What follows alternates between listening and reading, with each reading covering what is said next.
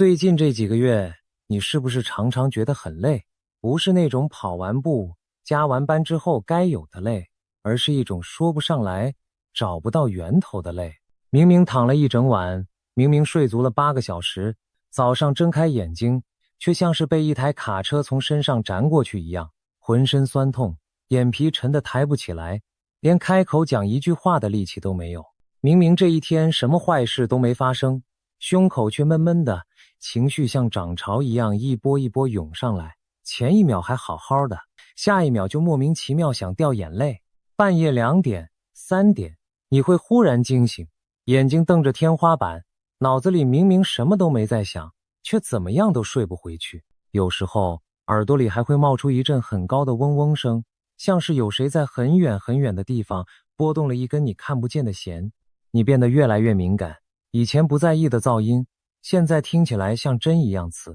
以前无所谓的闲言闲语，现在随便一句就能让你心里翻腾一整天。走进人多的卖场，人挤人的捷运，你会莫名觉得胸口发闷，喘不过气，只想赶快逃出来。你开始对某些食物失去兴趣，身体好像在自己悄悄地换口味。你开始做一些异常清晰的梦，醒来之后，那些画面还清清楚楚地烙在脑海里，久久不散。你跑去看了医生，抽了血，做了检查，报告上一行一行写着一切正常，一切正常。可是你心里很清楚，有什么东西真的不太对劲。如果我今天告诉你，你没有生病，至少不完全是生病。如果我告诉你，此刻全世界有数百万人正在经历和你一模一样的症状，而这一切被一位从英国牛津大学走出来的物理学家解读成一场史无前例的转变。他说，你不是坏掉了，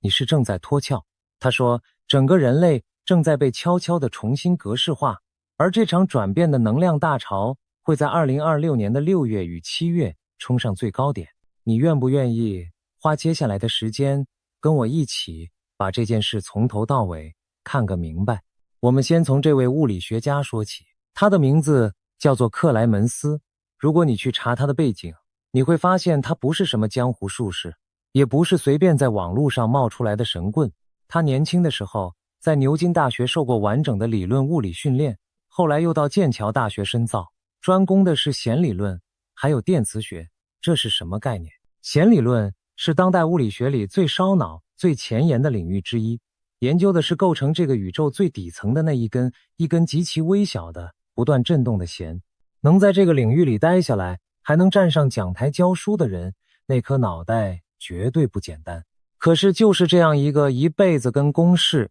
跟方程式打交道的人，大约在25年前忽然经历了一场连他自己都说不清楚的转变。他开始做一些很奇怪的梦，梦境和现实的界限开始模糊，他开始感觉到一些频率，一些光，一些声音从他的身体里穿过去。一开始他以为自己是不是精神出了问题，可是慢慢的他发现那不是幻觉，而是一种他过去用整套物理学都完全无法解释的东西。而接下来他所宣称的事情更是让人匪夷所思。在他自己的描述里，他在那场转变之后开始接触到一种叫做遥视的能力，也就是用意识去感知远方的人事物。他声称自己透过这种方式竟然和地球之外某些高度发展的文明建立了联系。他提到了昴宿星，提到了大角星，还有一群他称之为更高智慧的存在。听到这里，我猜你眉头已经皱起来了。一个堂堂牛津剑桥出身的物理学家怎么会讲出这种话？我必须很诚实地说，这些都是他个人的宣称，没有任何科学证据可以证明。我把它原原本本地讲给你听，不是要你相信，而是要让你知道这个人到底走到了一个多么远的地方。他从一个最理性的科学家一路走到了科学的最边缘，甚至走出了科学的边界。而你之所以还愿意听他说，是因为在他讲述的这一切玄之又玄的东西背后，竟然又能对应上一些实实在在正在发生的物理现象。这才是这件事最吊诡也最迷人的地方。也正因为他相信我们无时无刻不浸泡在各种电磁场里，这位物理学家后来甚至开始动手设计起一些他宣称可以帮人抵御这些干扰的小装置。他说，现代人活在一锅电磁的浓汤里，从来没有一刻能真正脱身。你想想看，从你早上睁开眼，手机就在枕头边发着讯号，到你出门路过一座又一座的基地台，再到你回家打开的无线网路、微波炉、蓝牙耳机，我们的身体确实从早到晚都浸在一片肉眼看不见的电磁海洋里。这在人类几百万年的演化史上是从来没有发生过的事。我们的身体是在那个只有太阳、闪电和地球磁场的古老世界里慢慢长成今天这个样子的。它根本来不及适应这短短100年间被我们自己亲手造出来的这么浓密的电磁环境。那位物理学家认为，正因为如此，当天上的太阳再来搅动这锅浓汤，我们这副本来就已经有点负荷过重的身体就更容易被推到失衡的边缘。我必须说，他那些装置到底有没有用，同样没有科学定论。可是他提醒的这件事本身，那锅我们每天泡在里面却浑然不觉的电磁浓汤，倒是千真万确，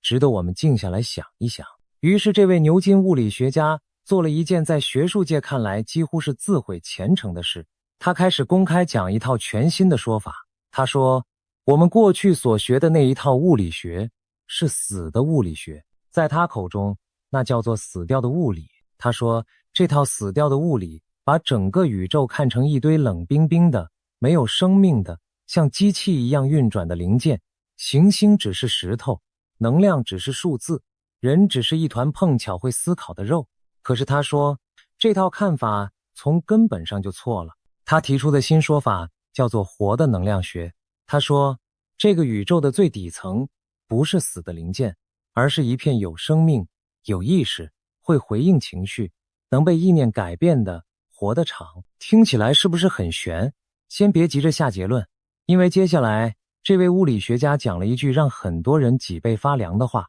他说，旧的那个现实正在崩塌，而且不是未来才会崩塌，是现在此刻已经正在崩塌的进行式。他说，人类正站在一个巨大的转折点上，整个物种正在从一种旧的存在方式被推向一种全新的存在方式。而他特别提醒，这个转变的能量会在2026年的年中，也就是我们正在经历的这个6月跟7月，达到一个前所未有的高峰。说到这里，你可能会想，一个物理学家讲什么活的能量，什么旧现实崩塌，这跟我半夜睡不着，浑身酸痛，到底有什么关系？问得好。要回答这个问题，我们得先把镜头从这位物理学家身上移开，抬头看向天空，看向那个距离我们1.5亿公里，却时时刻刻影响着我们每一个人的东西——太阳。你可能不知道，我们头顶上那颗看似永恒不变的太阳，其实一直在呼吸。它有一个大约11年的活动周期，科学家把它编了号。我们现在正处在第25个太阳活动周期里。这个周期从2019年的年底开始启动。一开始它很安静，太阳表面平平静静的。可是随着时间推进，它越来越暴躁。让我们来看看这几年这颗太阳到底干了些什么好事。2024年的5月，一场被归类为最高等级的地磁暴扑向地球，那是20多年来都罕见的强度。全世界很多平常根本看不到极光的地方，那几天晚上天空都被染成了诡异的红色和绿色。同一年的10月初，太阳又甩出一记这个周期里威力最强的耀斑那种能量，几分钟之内就能跨越1.5亿公里抵达地球。你以为这样就完了吗？没有。2025年的11月，又是一场几乎达到极限等级的地磁暴。接着到了2026年的1月，太阳再次爆发，这次抛出的那一大团带电的物质只花了25小时就冲到地球面前，速度快得让科学家都吓了一跳。然后就在不久前，2026年的4月，太阳又连续甩出好几记强烈的耀斑。你可能会想，太阳闹脾气，顶多就是让我们看看极光能有多严重。那我想请你把时间倒回到1859年，那一年的9月，人类记录到了有史以来最猛烈的一场太阳风暴。一大团带电的物质从太阳表面爆发出来，狠狠地砸向地球。那个年代还没有电网，没有卫星，没有网路。可是即便如此，当时人类刚刚架设没多久的电报系统瞬间全面瘫痪。电报机的线路冒出火花，有的接线员被电得弹开，有的机器即使切断了电源，竟然还能继续发报，仿佛被一股看不见的力量附了身。那几天晚上，连靠近赤道的地方都看得到极光，天空亮到有人以为是天亮了，爬起来准备煮早餐。科学家后来给这场风暴起了个名字，用的是当时观测到它的那位天文学家的姓氏。而真正让研究太阳的人夜不能寐的是这样一个问题：如果同样强度的一场风暴砸在我们今天这个被电网、卫星、网络层层包裹的文明上，会发生什么事？答案是，可能让整片大陆的电力在几分钟之内全部消失。我们头顶上这颗太阳从来就不是一盏温顺的暖灯，它是一头随时可能苏醒的巨兽。有趣的地方来了，一般人会以为太阳活动的高峰过了，接下来就会慢慢平静下来，危险就过去了。可是真正研究太阳的科学家会告诉你，事情恰恰相反。历史上那些最猛烈、最具破坏力的太阳事件，往往不是发生在高峰的正中央，而是发生在高峰过后，太阳看似要走下坡的那段时间，甚至是在高峰过去好几年之后。换句话说，我们现在所处的这个阶段，表面上太阳好像要消停了，实际上却可能正是最危险、最容易爆发超级事件的窗口期。不止如此，科学家还发现了一个很奇妙的规律：地球上最强的地磁暴特别容易集中在春天和秋天前后爆发。这背后牵涉到地球的磁场跟太阳风之间，在特定的角度下会产生一种更容易耦合、更容易被撕开的关系。也就是说，在一年当中，有某些时段，地球的这层保护罩会变得特别脆弱，特别容易让太阳的能量灌进来。现在你大概可以隐约感觉到，为什么那位牛津物理学家会把2026年的这个年中标记为能量大潮的高峰了吧？一边是太阳走在最容易爆发超级事件的下坡窗口，一边是地球磁场在这个季节变得格外脆弱，两股力量叠加在一起。可是这还只是故事的一半，因为真正让人毛骨悚然的不是太阳本身，而是太阳和地球之间那一个我们大多数人一辈子都没听说过，却无时无刻不在影响我们大脑的东西。它叫做舒曼共振。这个名字来自一位德国物理学家舒曼。早在1952年，他就从理论上预测到了一件事。他说，在地球的表面跟天空中那层带电的电离层之间存在着一个巨大的空腔，而这个空腔就像一个巨大的钟，会被全球各地此起彼落的闪电不断敲响，产生一种稳定的极低频率的电磁波。这个波后来就以它的名字命名，叫做舒曼共振。它最基础的那个频率大约是 7.83 赫兹。7.83 赫兹这个数字本来只是一个冷冰冰的物理常数，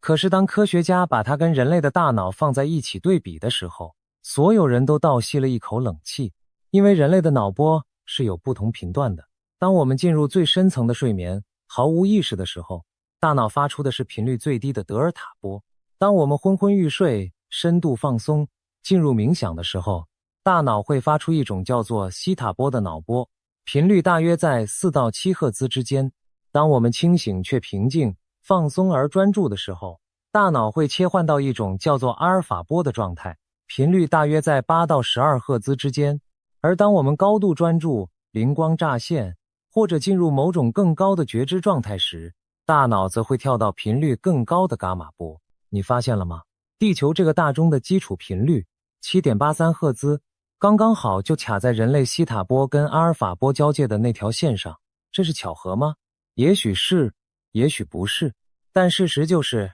几亿年来，地球上所有的生命，包括我们人类，都是泡在这个 7.83 赫兹的电磁摇篮里，一代一代演化出来的。有研究者形容，我们的大脑和地球的这层电磁空腔，仿佛在说着同一种语言，用着同一个频率在呼吸。平常，当这个舒曼共振稳定的时候，它就像一个温柔的节拍器，帮我们的大脑维持在一种流畅、平衡、安定的状态。可是问题来了，当太阳爆发，地磁暴来袭，当那些带电的粒子大量灌进地球的高层大气，这个大钟的振幅就会突然飙高，原本稳定的频率会开始剧烈跳动、扭曲，产生混乱的谐波。监测这个共振的科学仪器上，那些代表能量强度的图像会从一片平静的深蓝色突然爆出大片刺眼的红色和白色。研究的人把这种现象叫做白色尖峰。而当地球的这个节拍器乱掉的时候，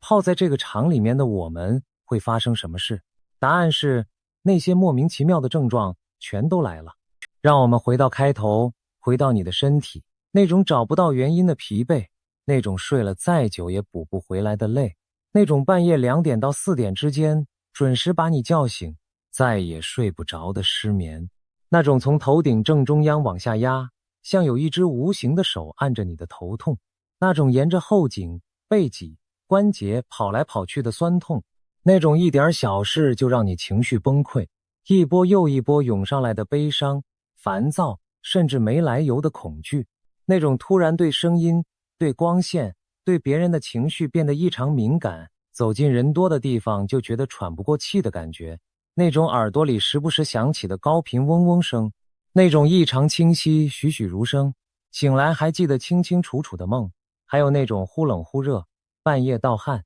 明明不是更年期却体温失调的状况，甚至是肠胃突然变得很敏感，忽然不想吃以前爱吃的东西，身体好像在自己重新调整它的燃料。还有一种感觉，可能比身体上的酸痛更让你心慌，那就是你的脑袋好像蒙上了一层雾，你会发现自己很难专心，话讲到一半，忽然忘记自己原本要说什么。你走进一个房间，却想不起来自己进来要做什么。简单的事情需要花上比平常多好几倍的力气才能勉强运转。更奇怪的是，你对时间的感觉好像也乱掉了。明明才过了1个礼拜，回想起来却像是过了1个月那么漫长。又或者，一整天休一下就过去了，你却什么都没记住。有时候，你甚至会有一种很恍惚的感觉，眼前这个熟悉的世界忽然变得有点不真实，像隔着一层毛玻璃，像在看一场别人的梦。这种感觉很难对人形容，讲出来还怕被当成是不是压力太大，脑子出问题了。可是在那位物理学家的解读里，这种脑雾，这种时间感的错乱，恰恰是这场转变里最典型的现象之一。他说，当一个人的意识正在从旧的频率往新的频率调整的时候，就像收音机在2个电台之间转动旋钮，那中间必然会经过一段满是杂讯，什么都听不清楚的过渡地带。这一长串的清单是不是让你越看越心惊？在那位牛津物理学家还有许许多多研究这个现象的人看来，这些症状根本不是无缘无故发生的，他们是有规律的，他们会一波一波的来的时候强烈，过了又会缓解。而最关键的是，他们发作的时间点常常跟太阳的耀斑、跟地磁暴、跟季节的转换点紧紧地对应在一起。当天上的能量起伏，地上的这群敏感的人身体就跟着起伏。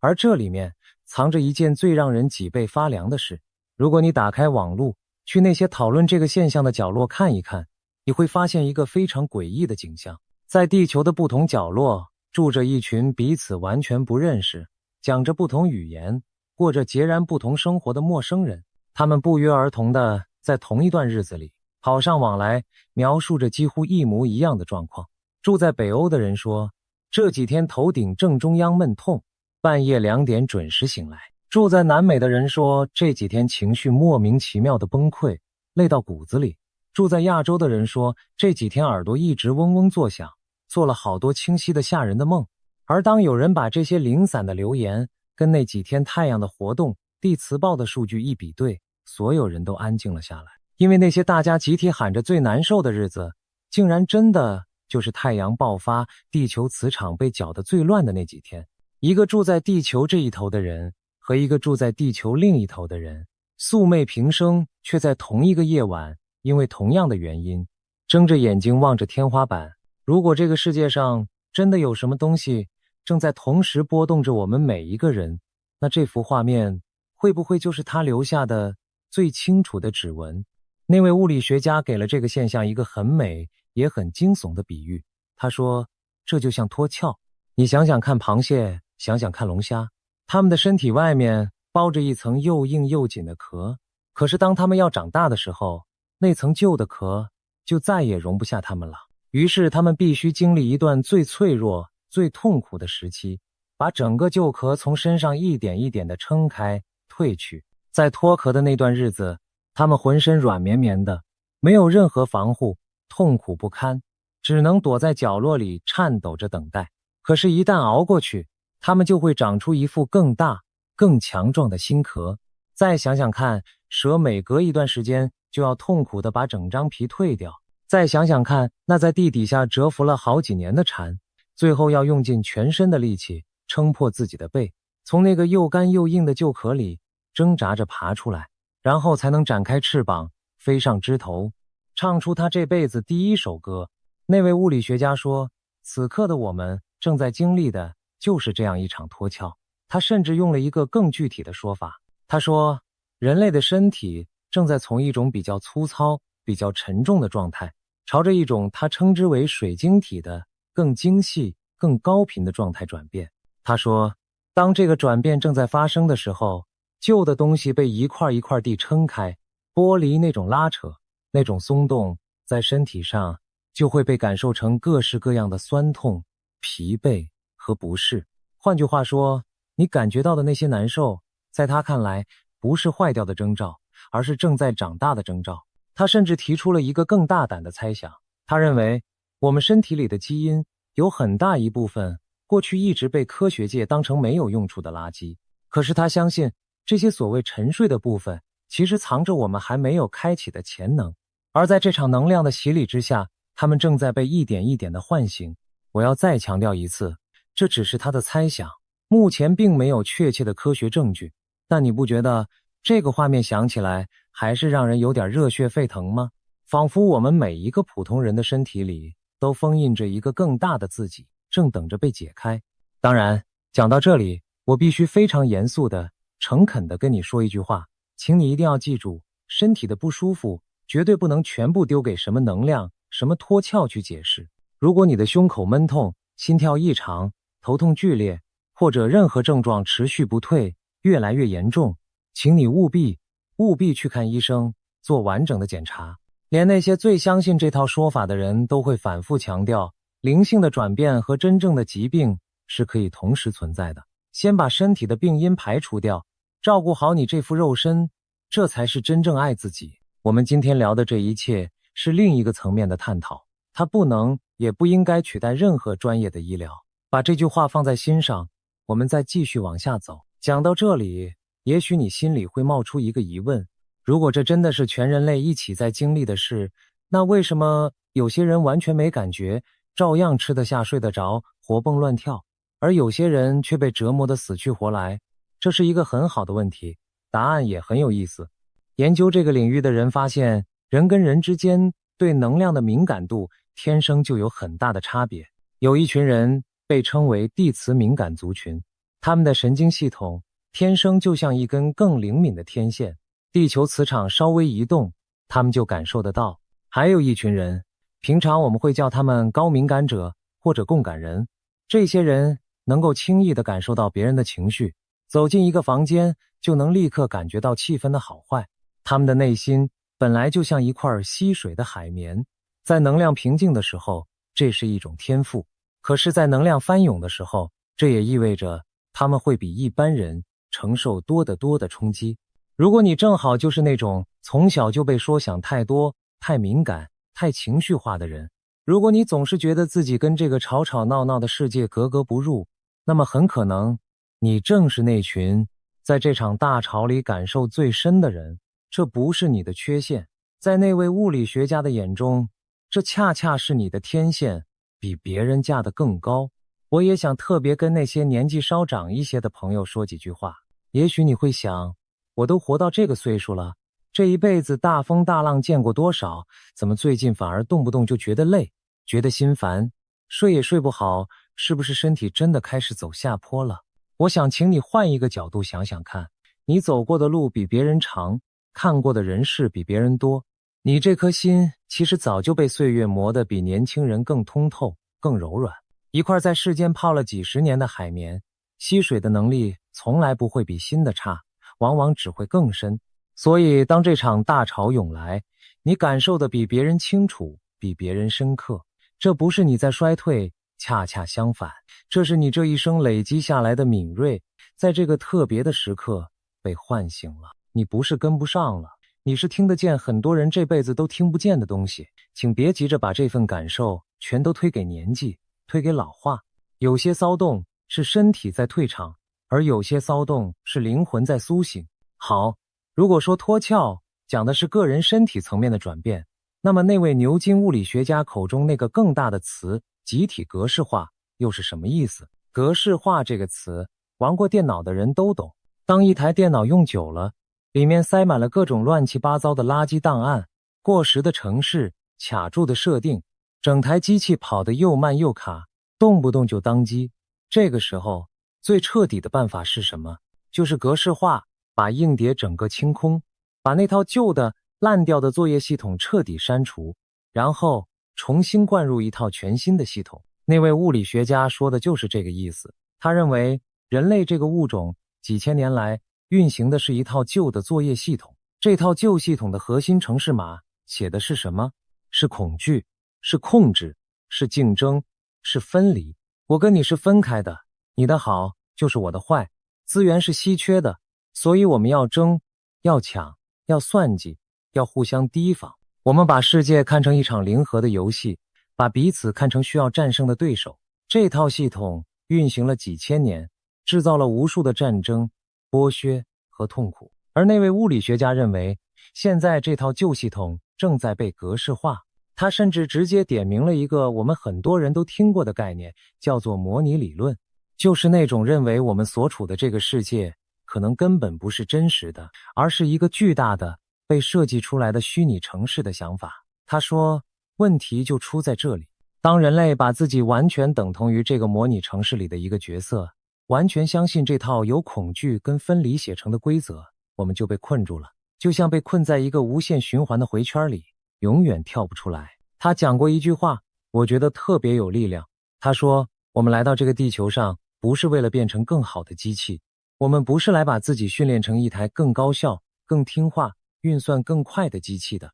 他说，我们是来变成活着的猩猩的。你有没有觉得这句话放在我们现在这个时代，听起来特别讽刺，也特别发人深省？你看看我们现在的世界正在往哪个方向狂奔？我们造出了越来越聪明的人工智慧，他们可以在几秒钟之内写完一篇文章，画出一幅画，算出一道连最顶尖的数学家都要想很久的题目。整个世界几乎都陷入了一种狂热，拼命地想让机器变得更快、更强、更像人。而与此同时，我们又有意无意地要求我们自己也活得越来越像一台机器。我们追求效率，追求产出，把一天的时间切成一块一块，塞满待办事项。我们衡量一个人的价值，看的是他能完成多少工作，创造多少数字。我们越来越擅长计算，却越来越不擅长感受。可是就在这个全世界都在比赛谁更像机器的时候，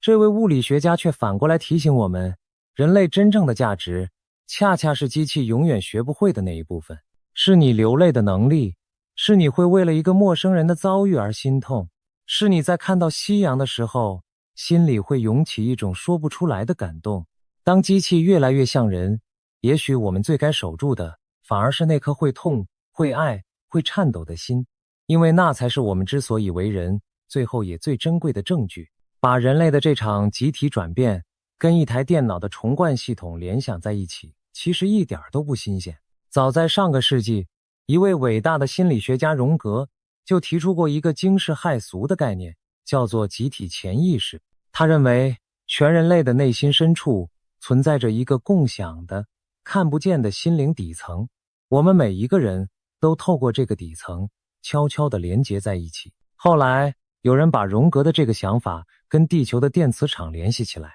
他们猜测，会不会地球的那个电磁场，那个舒曼共振，就是荣格所说的集体潜意识的物理载体？会不会当这个场发生剧烈变动的时候，连接在这个场上的全人类的集体心灵也会跟着一起震荡，一起转变？如果真是这样，那么此刻当太阳一次又一次地敲响地球这口大钟，当舒曼共振一次又一次地飙高扭曲，那位物理学家所说的集体格式化，会不会就正在悄悄地在我们每一个人的潜意识深处同步地进行着？这也许就能解释为什么这几年全世界好像越来越多人，无论他们原本相不相信这些，都不约而同地开始感觉到有什么东西不一样了。有人把这种加速的感觉叫做觉醒的提速。越来越多人在同一个时间点开始质疑自己过去深信不疑的一切，开始寻找一种更深的意义。说到这里，也许你会想，人类真的曾经被这样格式化过吗？这个说法听起来很疯狂，可是如果我们把时间的镜头拉得够远，回头看看人类这一路走来的历史，你会发现事情好像没那么简单。回想一下，在好几万年的漫长岁月里，我们的祖先一直过着采集和狩猎的生活，日复一日，几乎没有什么改变。可是忽然之间，在某一个时间点上，世界各地的人类几乎不约而同地学会了种田，学会了驯养牲畜，盖起了城市，文明就这样爆炸性地诞生了。又过了一段时间，在更晚一点的某个年代，地球上几个相隔遥远、彼此根本不可能联络的地方，竟然同时涌现出一批又一批最伟大的思想家。东方有他们的圣贤，西方有他们的哲人，他们在差不多同一个时代分别开始思考人活着的意义，思考善与恶，思考天地与人心。为什么会这么巧？为什么人类的觉醒总是像被谁按下了开关一样，一波一波集体的降临？我不是说这些历史的转折就一定是什么能量造成的，但你不得不承认，人类的进步从来就不是一条平缓的斜坡，而是一级一级的阶梯。我们会在某个门槛前停滞很久很久，然后忽然之间集体的跳上一个全新的台阶。而那位牛津物理学家相信，我们现在正好又站在这样一个门槛前面，只不过这一次的台阶可能比过去任何一次都来得更高更陡。说起来，把时间看成一级一级的台阶，看成一圈又一圈的循环，其实一点都不是什么新鲜的想法。早在好几千年前，散落在地球各地的古老文明，不约而同的都抱着一个非常相似的信念。他们不认为时间是一条笔直往前，永远不会回头的直线。在他们眼中，时间是一个巨大的轮子，一圈一圈的转动，而人类的历史会随着这个轮子走过一个又一个截然不同的纪元。古印度的智者把世界的演变分成好几个漫长的时代，他们相信每一个时代结束的时候，旧的秩序会彻底崩坏，然后一个全新的循环会在废墟之上重新开始。在遥远的美洲，那些关心的古老民族也用他们精密的惊人的历法，把时间切分成一个又一个巨大的周期，并且相信每一个周期的交界都是天地翻覆、世界重整的关口。为什么这些彼此远隔重洋、根本不可能互相通信的文明会不约而同地得出这么相似的结论？是巧合吗？还是说我们的祖先曾经亲身经历过某些一轮又一轮的巨大转变，于是把那份深刻的记忆藏进了他们的神话和历法里，一代一代传给了我们。而最让人感到不可思议的是，当我们把目光从历史再转回到天空，会发现连那些研究星象的人给出的时间表竟然也指向了同一个地方。在那些研究星象的人眼中，2026年的这个时间段有一个非常特殊的天象。在2026年的2月前后，有2颗行星，土星和海王星，在天空中走到了一个非常靠近的位置，发生了所谓的合相。在传统的解读里，海王星代表的是边界的消融，是梦境，是直觉，是一切坚固的东西开始融化，变得朦胧。而土星代表的是结构，是秩序，是规则，是现实的框架。当这2股看似完全相反的力量在白羊座这个象征全新开始的位置上撞在一起，研究星象的人说，这就像是按下了一颗宇宙的重置键，旧的结构开始松动瓦解，而某种全新的还看不清楚形状的东西正在从那片消融里浮现出来。你看，从太阳的活动到舒曼共振的震荡，从人类历史的阶梯再到天空中行星的合相，这么多条原本毫不相干的线索，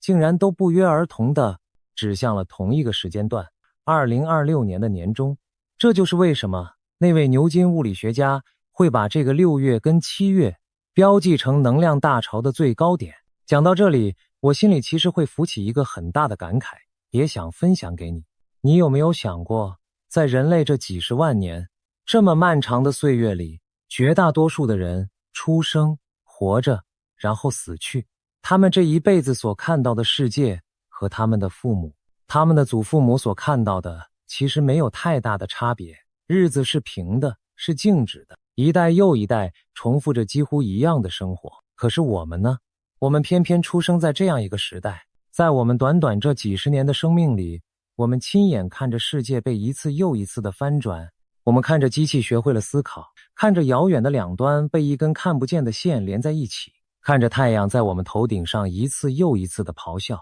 也看着好多好多原本以为坚不可摧的东西在我们眼前松动、崩塌。如果那位物理学家说的是真的，如果这真的是一场几千年才会发生一次的巨大转折，那么我们这一代人就刚好站在了那个转折的正中央。这到底是一种沉重的负担，还是一种难得的福气？我不知道，但我知道的是，能够亲身站在历史的这道门槛上，亲眼看着一个旧的世界谢幕，一个新的世界拉开序幕，这样的机会，在过去无数个世代里，是多少人连想都不敢想的。我们不是不小心被丢进这个混乱时代的倒霉鬼，也许我们是特地被安排来见证这一刻的。可是现在我要把另一面也诚实地摊在你面前，因为一个负责任的态度不是只挑那些听起来震撼的东西讲给你听，而是把真相的两面都让你看清楚。关于舒曼共振，网络上流传着非常多的说法，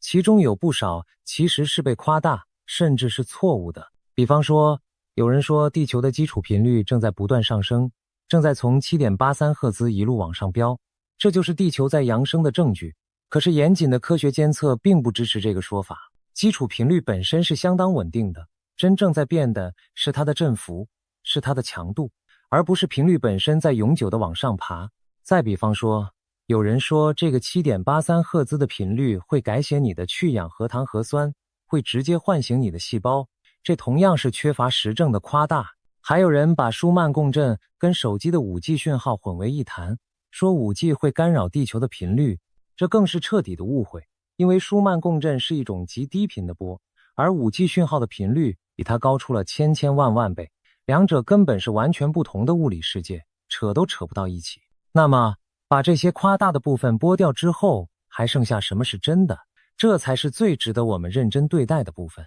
科学上确实发现，当地磁暴来袭，当多项指标一起往上跳，地球磁场的扰动跟一部分人的身心状态之间是存在着真实的、可以被测量的关联的。研究人员把那一群对地球磁场特别敏感的人叫做地磁敏感族群。对这群人来说，在地磁暴强烈的日子里，确实更容易感觉到疲惫、头痛、心神不宁，或是直觉变得异常敏锐。更值得注意的是，早在几十年前就有大规模的人口统计研究发现，地磁活动的剧烈扰动跟人群中心脏事件发生的频率之间存在着统计上的关联。也就是说，就算你的意识完全没有察觉到任何异样，你的心脏、你的神经系统其实可能一直在默默地聆听着地球磁场的变化，并且做出反应。这不是玄学，这是被严肃研究过的现象。说到心脏，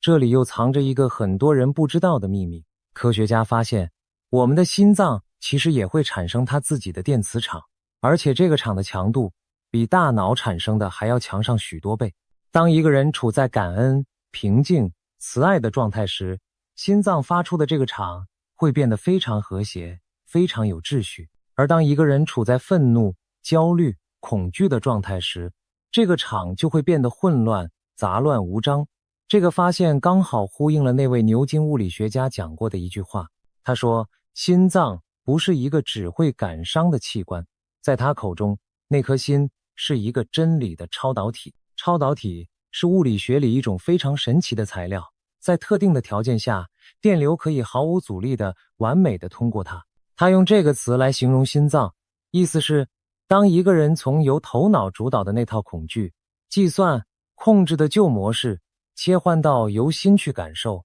去连结的新模式，某种更高的智慧、更纯净的能量和资讯，就能毫无阻碍地从这个人身上流过。他还用上了量子物理里的2个概念，一个叫做观察者效应，讲的是在微观的世界里，一个东西到底会呈现什么状态，竟然跟有没有人去观察它有关。另一个叫做量子纠缠，讲的是2个曾经连结过的粒子，就算被分隔到宇宙的两端，其中一个发生变化，另一个会在瞬间同步反应，仿佛距离根本不存在。这位物理学家说，这2个现象其实正是在向我们暗示，我们的意识远比我们以为的更有力量，我们彼此之间的连结也远比我们以为的更深。那种瞬间的心电感应，那种对远方亲人莫名的牵挂，在他看来都是量子纠缠在我们生命的层次上所激起的一种回响。他描绘了一幅很大的图景，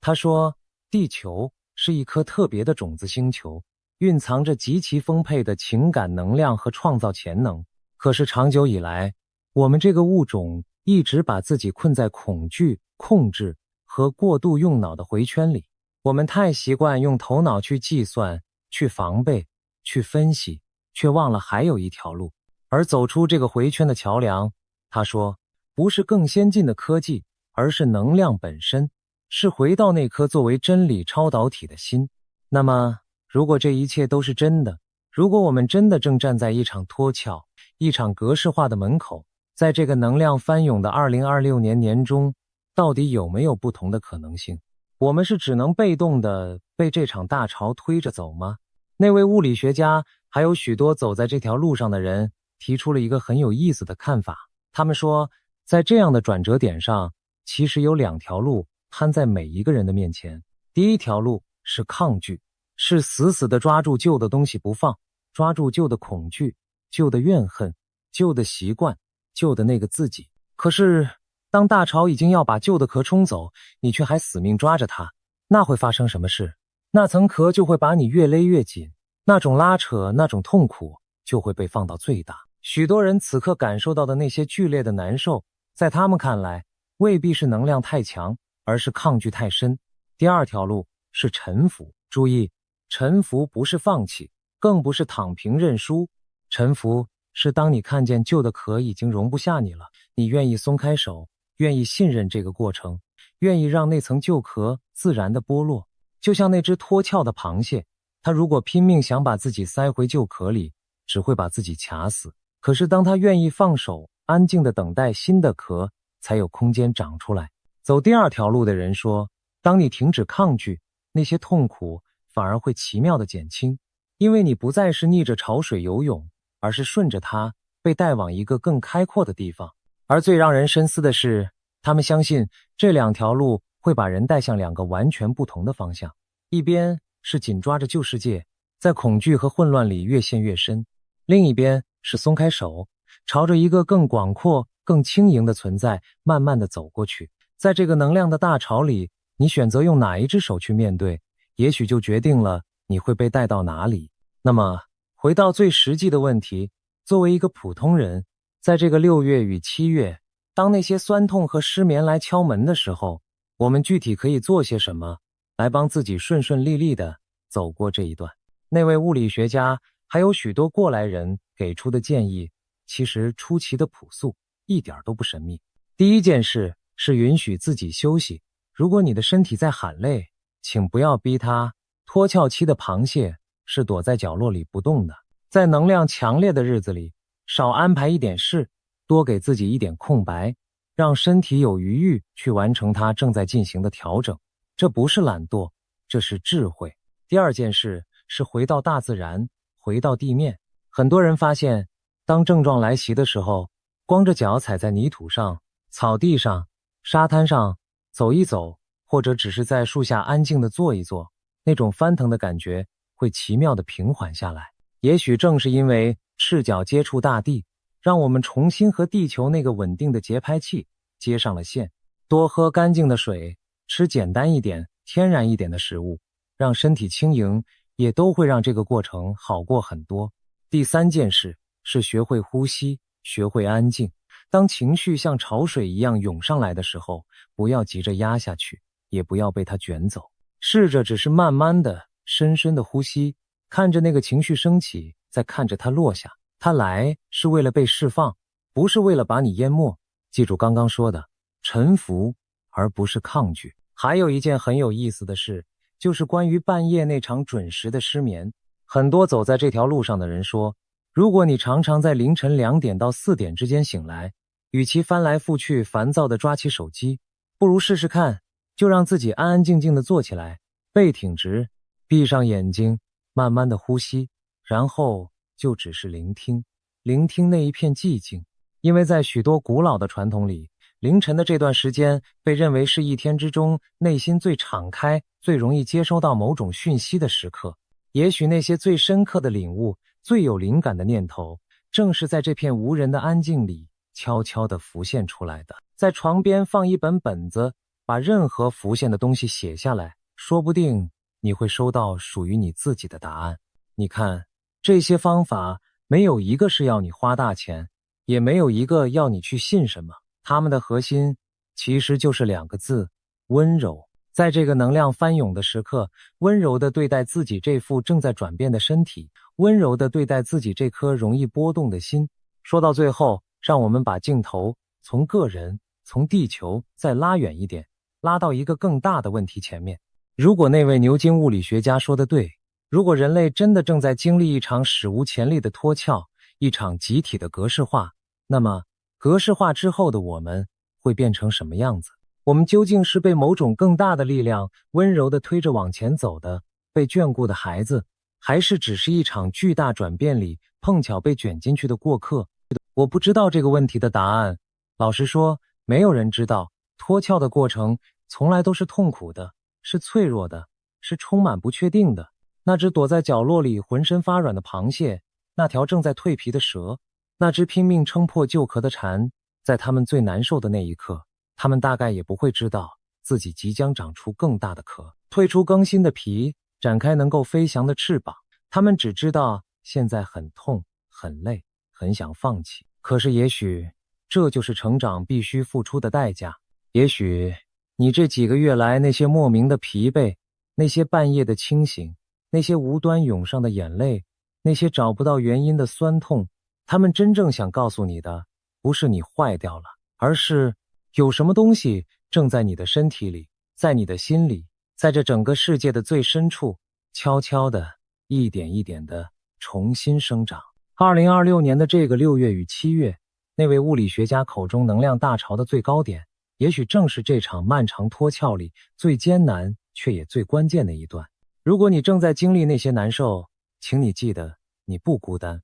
此刻，在世界的每一个角落，有数百万个和你一样的人，正在同一片能量的大潮里一起颤抖，一起撑着，一起等待着那层旧壳彻底剥落的那一天。所以今天晚上，如果你又在凌晨2点、3点忽然睁开了眼睛，请你先不要慌，也不要急着生气。你可以试着在黑暗里轻轻地对自己说一句话。你可以说，我知道你在转变，我愿意让它发生，然后深深地吸一口气，再缓缓地把它吐出来。把那股想要对抗、想要把一切推回原样的力气轻轻地松开。你不需要弄懂这一切，你不需要立刻变成一个更好的人，你甚至不需要相信我今天说的每一句话。你只需要在那个安静的深夜，允许自己被这场你无法控制的大潮温柔地带着走。就像那只脱壳的螃蟹，它最聪明的选择从来不是挣扎，而是放手，是信任，是安静地等待那一副新的壳自己长出来。也许到了那一天，当尘埃落定，当大潮退去，我们会猛然回头，才发现原来在这场看似混乱的格式化里，我们从来都不是被删除的旧档案，我们是正在被重新写入的一个全新的故事。而你此刻所经历的一切，无论多么难熬，都正是这个新故事最开始的第一行字。在中国，流传着一本被历代帝王列为头号禁书的天书，他据说能预知未来1000多年的王朝兴衰，每一次改朝换代，每一场惊天巨变都被他一一言中。如今这本书的指针已经悄悄滑到了倒数的最后几页，而就在这几页里藏着一个关于我们这个时代的惊人预言。他说，在一场改天换地的大变局之后，那个庞大的红色政权将会落幕，而真正走上历史舞台，重新执掌整片神州大地的，将是一位来自西方的真命天子。他到底是谁？他从哪里来？这本书又为什么敢把话说得这么满？今天就让我们一起翻开这本中华第一奇书《推背图》，去揭开那张藏了1400年的神秘面孔。故事要从1400多年前的大唐长安说起。当时的皇宫里有2位响当当的奇人，一位叫李淳风，一位叫袁天罡。这2个人可不是普通的算命先生，他们是大唐官方的顶级天文学家与术数大师。李淳风精通天文历法、数学，是浑天仪的改良者，连日食月食都能算得分毫不差。袁天罡则以相术闻名天下，据说他看一个人的面相，就能断定此人一生的荣枯祸福。有一天，这2位高人兴致一来，决定一起推演大唐往后的国运。谁知道一推之下竟然停不下来，他们顺着天机，一个朝代接着一个朝代往下算，越算越远，越算越心惊。眼看着天机泄露的太多，袁天罡终于伸出手，轻轻推了一下正算得入迷的李淳风的后背，说了一句万万千千说不尽，不如推背去归休，意思是天机到此为止，咱们还是推着背回去歇息吧。这轻轻一推，不仅让2人没有把天机彻底泄尽，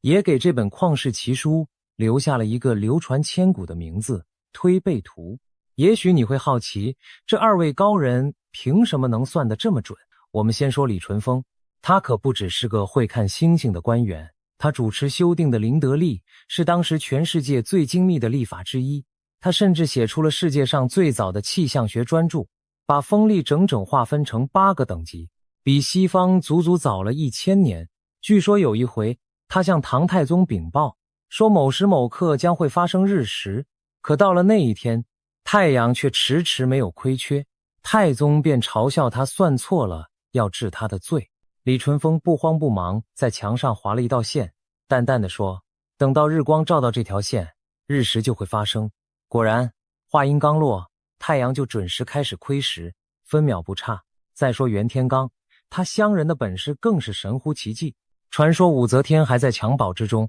被乳母抱出来给他看相，他端详了半天，竟脱口而出，此子若是女儿身，将来必为天下之主。后来的历史果然丝毫不差。你看，能让这样2位通天彻地的人物联手推演这本推背图的来历，从一开始就透着一股令人不敢小觑的分量。推背图整本书一共有60项，所谓的项，你可以理解成一个个独立的预言单元，每一项都由4个部分组成。最上面是一幅图，图里画着人物、动物或者器物，每一个细节都是隐喻。图的旁边配着一个卦，取自易经的64卦，用来定调这一项的整体吉凶与气运。接下来是谶语，通常是4句很短的话，像谜语一样晦涩难懂。最后是宋词，用诗的形式把这一项要说的事再唱诵一遍。到了明朝末年，又有一位赫赫有名的大才子金圣叹，为这本书逐项写下了批注，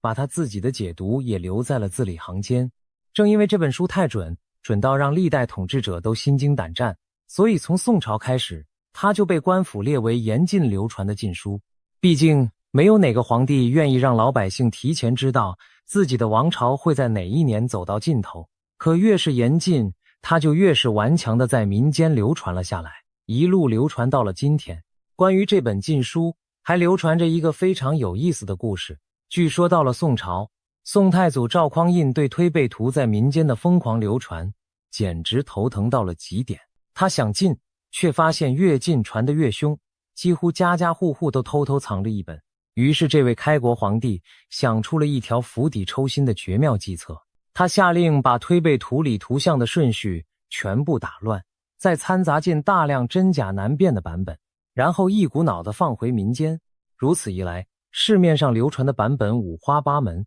彼此矛盾，谁也分不清究竟哪一项对应哪一年，这本书的预言效力自然也就被大大削弱了。这也正是为什么今天我们能看到好几种顺序完全不同的推背图版本，而在所有版本当中，公认最权威、流传也最广的，正是经过明朝末年那位大才子金圣叹亲手批注校订的这一个版本。说起金圣叹，他本身就是一位充满传奇色彩的人物，才华横溢，恃才傲物，最后竟因为一桩牵连众多读书人的案子被朝廷下令斩首。传说他临行之前还不忘幽默一把，留下了不少令人拍案叫绝的绝笔。也正是这样一位旷世奇才为推背图逐项写下的批语，才显得格外有分量。我们今天要解读的第53项采用的正是金圣叹的这个版本。那么这本书到底有多准呢？我们先来看几个已经应验的例子，你就明白为什么后人对他如此敬畏了。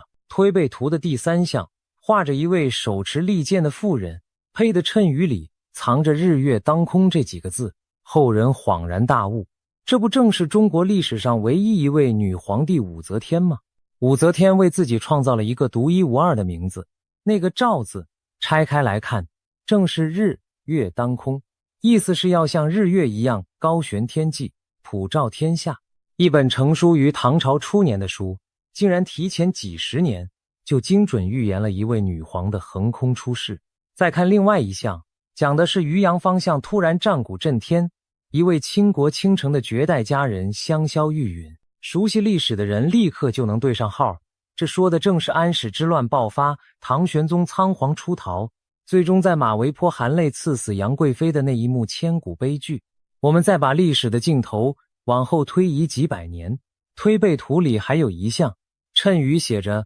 头有发，衣怕白，太平时，王杀王，画面晦涩难解，让人摸不着头脑。可到了清朝中叶，这几句话竟然又一次活生生的应验了。当时洪秀全领导的那场声势浩大的起义席卷了半个中国，他们建立起来的政权国号就叫做太平天国，这恰好对上了太平时这3个字。起义的将士们个个蓄起长发，不再遵从清廷剃发留辫的规矩，被当时的人称作长毛，这又精准地对上了头有发。而衣怕白这一句则被解读成他们崇尚某种特定的肤色与信仰。最让人拍案叫绝的是最后那句王杀王。后来太平天国内部果然爆发了惨烈无比的天津事变，东王、北王等几位曾经并肩作战的核心首领竟然自相残杀，杀得血流成河，整个政权也从此由盛转衰，一路走向覆灭。短短12个字，竟把一场横跨10几年的历史大戏，从轰轰烈烈的兴起到凄凄惨惨的败亡，全都丝丝入扣地浓缩了进去。难怪后人会说，推背图简直就是一部提前写好的中国历史剧本。如果你觉得这还不够惊人，那我们再来看一个更让人脊背发凉的例子。在推背图靠后的位置有一项画着一群展翅高飞的鸟儿，可诡异的是，那群鸟偏偏都没有脚。配的谶语里写着鸟无足，山有月，畜出生，人都哭。这样晦涩难懂的句子，1000多年来几乎没有人能读懂这究竟是在说什么。直到上个世纪，那场惨烈的侵华战争爆发，后人才猛然惊醒，恍然大悟。你把鸟无足再配上山有月这几个字的部件一拼合，组成的竟然是一个岛字，一个来自岛屿的国家，旭日初升。这不正是那面太阳旗那个发动侵略的岛国吗？而人都哭这3个字更是道尽了那段血泪交织的苦难岁月，无数百姓家破人亡，哭声遍野。一本成书于唐朝初年的古书，竟然提前1000多年就用如此精准又如此隐晦的方式预言了一场跨越1000年的浩劫。正是这一个又一个应验到令人毛骨悚然的例子，才让后人在面对他尚未揭晓的那后半部分时，再也不敢轻易地嗤之以鼻。类似的精准在推背图里比比皆是。讲到5代十国那段天下大乱的岁月，书里有一项画着一位天子端然高坐，面前有5个人恭恭敬敬地前来朝拜。后人解读，这5个人正是吴越、南平、后蜀、南汉、南唐这5个割据政权的君主，他们先后放下武器，归顺了那位陈桥兵变、黄袍加身的宋太祖赵匡胤，天下这才从四分五裂重新走向一统。再往后翻，蒙古铁骑踏破中原建立的元朝，朱元璋揭竿而起驱逐鞑虏的明朝，满清入关问鼎天下的改朝换代，乃至最后清王朝的轰然倒塌，延续了2000多年的帝制彻底终结，民国在一片风雨飘摇中登场。这一连串翻天覆地的大事件，竟然全都能在推背图后续的图像里找到令人毛骨悚然的对应伏笔。正因为前面这几十项项都应验得如此惊人，后人在翻看它尚未发生的那后半部分时，才会带着一种既敬畏又忐忑的复杂心情。而我们今天要聊的第53项，恰恰就处在这本天书最关键的尾声部分。要真正读懂它，我们必须先弄清楚在它前面的那几项到底铺垫了一个怎样的时代背景。从第44项开始，推背图的笔锋陡然一转，从回顾历史彻底转向了描绘一个风云激荡的未来大时代。第44项的宋词里有这样一句话：而今中国有圣人，虽非豪杰也周成，司仪崇义称天子，否极泰来九国春。许多研究者认为，这是在预言一位力挽狂澜的圣人即将降临人间。这位圣人虽然未必是传统意义上那种叱咤风云的豪杰，却能像周公一样完成一番安定天下的伟业，让四方的民族都心悦诚服地前来归附，从此苦尽甘来，否极泰来，天下回春。这一项仿佛是为整个结局拉开了序幕，告诉后人最黑暗的时刻过后，光明终将到来。关于这位降临人间的圣人究竟是一个怎样的角色，历代的解读者曾经有过无数的猜测与描绘，而值得我们细细玩味的是，几乎所有的描述都不约而同地指向了同一个方向，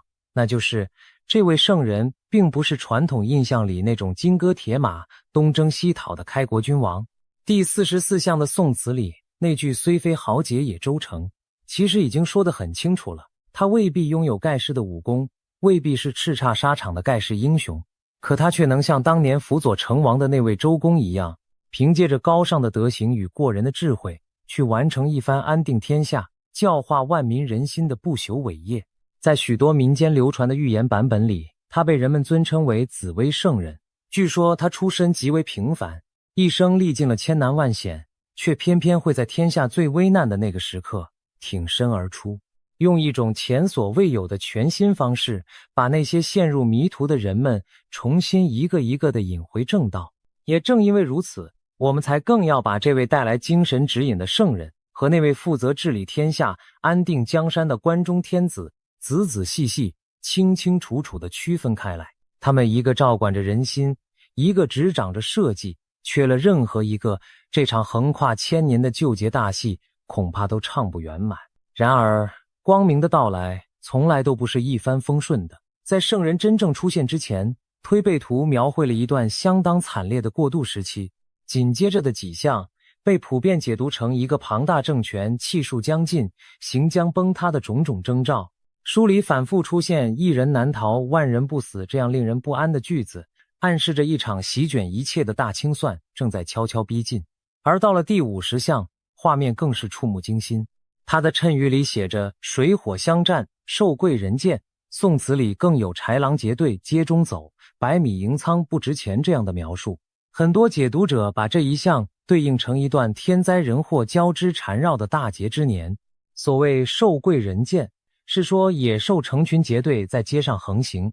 而人命却变得低贱如同草芥。所谓百米银仓不值钱，是说即便粮仓里堆满了白米，却因为大瘟疫横行，社会崩解，竟然落到无人问津的地步。这幅末世般的景象让人读来不寒而栗。就在这片至暗时刻的最深处，推背图的画面又一次出现了转机。第51项的谶语里写着阴阳和，化以正，坤顺而感，后见尧舜。这一句被许多人看作是天地秩序重新归于平衡、正气回归的征兆，而其中后见尧舜这4个字尤其关键。尧与舜是中华文明传说中最理想的2位上古圣王，象征着一个道德高尚、政治清明的黄金时代。换句话说，这一项在预告大乱之后必有大治，一个堪比尧舜盛世的全新时代即将开启。紧接着的第52项更是把这个历史转折点点得明明白白，其中有一句乾坤再造再角亢，乾坤再造意思就是天地被重新缔造，旧的秩序彻底崩塌，全新的天地就此诞生，一个延续了数十年的旧世界即将谢幕，一个崭新的时代正在地平线上缓缓升起。而就在这个新旧交替的历史关口，我们今天的主角第53项里的那位真命天子终于要登场了。更让人觉得匪夷所思的是，推背图描绘的这条时间线竟然和另一位中国历史上顶级预言大师的推算严丝合缝地对上了。这位大师就是辅佐朱元璋打下大明江山的开国军师刘伯温。民间流传着一块据说出自他手笔的陕西太白山旧节碑文，被认为准确预言了2003年的非典疫情以及2019年底爆发，后来席卷全球的那场大瘟疫。碑文里有一句谨防人人艰难过，光过天翻龙蛇年。许多解读者指出，这里的龙年与蛇年指的正是2024年和2025年，意思是说这2年是人类最艰难的一道生死关口，凶险异常。碑文接着又说，若得过了大劫年才算世间不老仙。言下之意，只要咬牙熬过了这段最黑暗的大劫年，后面迎来的就是劫后重生的全新天地。相传同样出自刘伯温的推碑图里也有一句相呼应的话，难过寅卯辰4年，若要闯过这几年，就是活神仙，同样把这道生死大关锁定在了这几个年份上。说到这块旧节碑文，它里面还有几句话，这些年被无数人反复提起，传得沸沸扬扬。碑文里写着7人一路走，引诱进了口。许多解读者把这句话拆解成了一个字谜，7个人再加上一个口字，被认为是在隐晦地暗示一场由人传人从口鼻入侵的大瘟疫。碑文里还有更触目惊心的句子，比如贫者1万留1000，富者1万留23，贫富若不回心转，看看死期到眼前。这些话听起来确实骇人听闻，字里行间描绘的仿佛是一场席卷人间的巨大劫难。当然，我们必须清醒冷静地去看待这些文字。这类碑文歌诀自古以来就有大量真假难辨的后人托名之作，其中很多句子往往都是在事情发生之后才被人们对号入座附会上去的。它到底是真有先见之明，还是后人的穿凿附会，我们大可不必急着下定论。但有一点是可以肯定的，那就是这些古老的预言无论真假都在反复诉说着同一个主题，那就是大乱之后必有大治，黑暗的尽头终将迎来黎明的曙光。这还不算完，当我们把目光投向2026年这个时间点时，会发现一连串令人头皮发麻的巧合正在不同的预言系统里同时上演。唐朝那位神秘的黄檗禅师留下过一首预言诗，其中有一句刚到金蛇运已终，这里的金蛇指的正是2025年的乙巳蛇年。蛇年一终结，下一年也就是2026年，按照中国古代的干支纪年，恰好是丙午赤马之年，自古以来就被认为是一个容易出现重大变革的特殊年份。而宋朝那位以推演天下大事著称的邵雍，在他的黄极经世里推算2026年所对应的卦象是天火同人卦。这个卦的意思非常耐人寻味，它象征着在经历一场巨大的动荡与分裂之后，天下人重新凝聚起共识，上下一心，同舟共济，携手走出困境。你看，从推背图到刘伯温，再到黄檗禅师与邵雍，这些相隔数百年的预言家竟然像是事先约好了一样，不约而同地把历史的聚光灯齐刷刷地打在了2026年这同一个时间点上。连当代一些知名的预言人士也都不约而同地表示，2026年之后，世界将开始发生一些非常积极的转变。说到民间的预言，除了这些流传千年的古老天书，在中国的乡野之间，其实还悄悄活跃着另一种神秘的人物，他们被称作赊刀人。所谓赊刀人，指的是一群走村串巷的卖刀人。他们最诡异的地方在于，卖刀竟然可以不收钱。他们会在留下刀具的时候撂下一句意味深长的预言，比如等到米价涨到某个数字，又或者等到某件大事发生的那一天，他们才会回来收钱，然后他们就此消失得无影无踪，往往一去就是好几年，甚至10几年。而最让人毛骨悚然的是，等他们再度现身回来收钱的时候，当年留下的那句预言往往已经一一应验。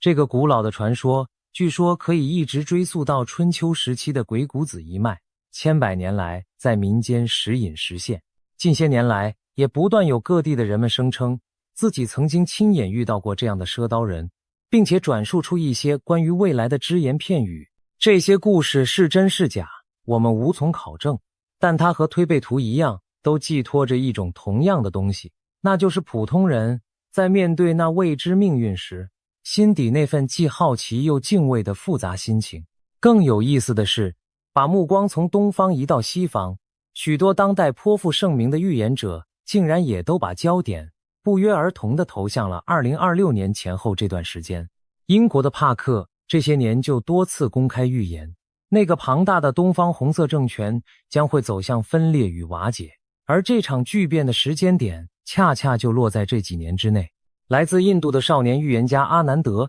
也同样反复强调，2026年将是人类文明从动荡走向重建的一个关键转折点，旧的秩序会崩解，新的格局会在废墟之上重新生长出来。一边是来自古老东方的天书，一边是来自西方的灵视传统，一边又是来自印度的占星推算。这些原本毫无交集、文化背景天差地别的预言，竟然像是隔着千山万水彼此呼应一般，齐刷刷地指向了同一个时间窗口。这究竟是纯粹的巧合，还是冥冥之中真的有某种我们尚未参透的规律正在悄悄地运转？这个问题恐怕值得我们每一个人都静下心来好好的思量一番。铺垫了这么多，现在让我们郑重地翻开推背图的第53象，看看这位即将登场的真命天子究竟长着一张怎样的面孔。这一象对应的卦是丙辰，干下震上大壮卦，它的谶语只有短短4句：关中天子，礼贤下士，顺天修命，半老有子。它的宋词同样是4句：一个孝子自西来，手握乾纲天下安，狱中2件惊其美，前人不及后人才。而明朝那位大才子金圣叹在批注里写得更加直白大胆，他说：此象有一秦姓名孝者，登极关中，控制南北，或以秦为国号，此一志也。短短这几十个字，看似云山雾罩，实际上却像是一张1400年前就绘制完成的人物档案，把这位未来执政者的出身来历、性情品格，甚至连他的姓名线索都密密麻麻地编织进了字里行间。接下来就让我们化身侦探，一句一句把这幅尘封了1000年的素描慢慢地还原出来。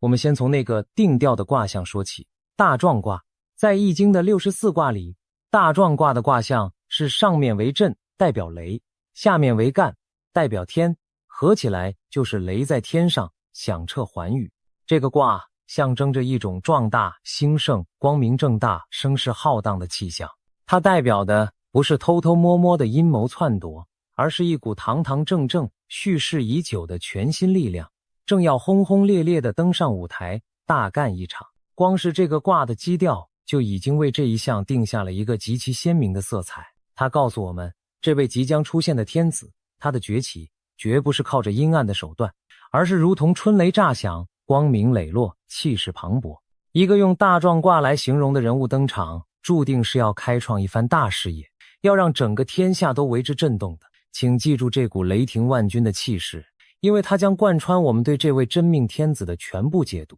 不过，这个大壮卦其实还藏着一层更深的告诫，而这恰恰正是古人最了不起的大智慧所在。在易经里，大壮卦的卦辞只有简简单单的4个字：大壮立真。这个真字讲的就是手持正道，它的意思是在说，一股强大的力量固然令人欣喜，但唯有走在堂堂正正的大道之上，这份壮大才会真正为天下带来吉祥。如果空有一身蛮力，胸中却不讲道义，那么再如何强盛的力量，到头来也只会反过来吞噬掉自己。孔子在解读这一卦的时候，更是留下了君子以非礼勿履这样一句千古名言。他谆谆告诫那些身居高位、手握重权的君子，凡是不合乎礼义的事情，哪怕你有着天大的能耐，也绝对不可以去做。你看，这和谶语里反复强调的那句顺天修命，那句礼贤下士，竟然是如此地遥相呼应，彼此印证。原来这幅古老的图谶，从卦象到字句，从头到尾，自始至终，都在反复地叮咛着我们同一件事：真正的强大，从来都不是力量本身，而是让那份力量永远臣服于一颗向善的人心。接着，我们来解读最核心的第一句“关中天子”这4个字，直接点出了这位天子的籍贯。关中指的是今天陕西省中部那一片广袤的渭河平原，自古以来就有一个响亮的别称，叫做800里秦川。可别小看了这片土地，它在整个中华文明史上的分量简直重得无与伦比。我们不妨来数一数，周朝从这里兴起，奠定了华夏礼乐文明的根基；秦始皇从这里出发，横扫6国，第一次统一了中国；汉朝的都城长安建在这里，开创了强盛的两汉气象；盛唐的长安同样坐落于此，缔造了万国来朝的巅峰盛世。你会惊讶地发现，中国历史上最强大、最辉煌的那几个大一统王朝——周、秦、汉、唐，他们的龙兴之地全都深深扎根在关中这同一块土地上。所以，当推背图断言未来那位重整山河的天子将出自关中，这背后的象征意义就极其深远了。他仿佛在向后人昭示，那位终结乱世，让神州重归太平的人，会从孕育过周秦汉唐的同一片圣土上走出来。这象征着一场中华道统最深沉的回归与重启。在中国古代的堪舆学说里，关中这片土地还有着一层更为神秘的色彩。古人认为这里是整条中华龙脉的关键所在，它北有黄土高原作为天然的屏障，南有巍峨的秦岭横亘阻挡，东有黄河天险环绕，西边则连接着绵延万里的昆仑山脉。在风水家的眼中，这简直就是一块四面有险、藏风聚气的绝佳宝地，是天生孕育帝王的龙兴之所。也正因如此，历朝历代但凡有雄心壮志，想要一统天下的枭雄，几乎都把夺取关中当成争霸天下的第一步棋。得关中者得天下，这句话在中国漫长的历史上被一次又一次的反复印证。所以，当推背图把未来那位真命天子的出身牢牢地锁定在关中时，他真正唤起的其实是中国人血脉深处那份对于盛世王朝最古老也最深沉的集体记忆。而接下来这2句的配合，堪称整个第53象里最精妙绝伦的设计。我们把宋词里的一个孝子自西来和谶语里的半老有子放在一起看，古人在这里悄悄埋下了一个典型的中国式拆字谜语。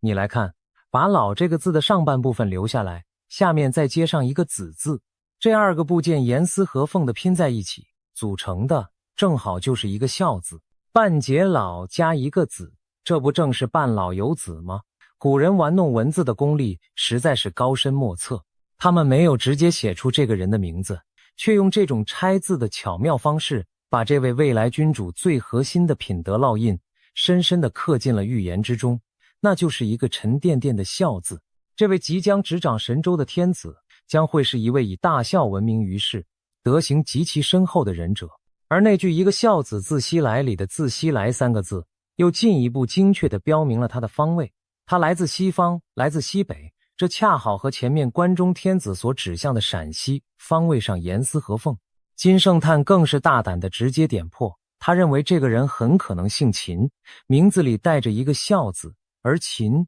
正是关中那片土地最古老、最尊贵的名号。你可能会问，为什么这本天书偏偏要把一个孝字放在如此核心的位置，去形容一位开创盛世的君主呢？这背后其实藏着中华文化最深层的一套政治哲学。在中国几千年的传统里，一直有一句话叫做以孝治天下。古人深深相信，一个人如果连生养自己的父母都懂得感恩孝顺，那么他将来治理天下才会懂得体恤百姓，才会心怀仁德。孝被看作是一切德行的根本与源头，是衡量一个人品格的最高标尺。汉朝的皇帝更是直接把孝字写进了自己的谥号里，从汉文帝到汉景帝再到汉武帝，几乎个个都带着一个孝字。所以当推背图用这样一个沉甸甸的孝字来定义这位未来的真命天子时，他真正想要传递的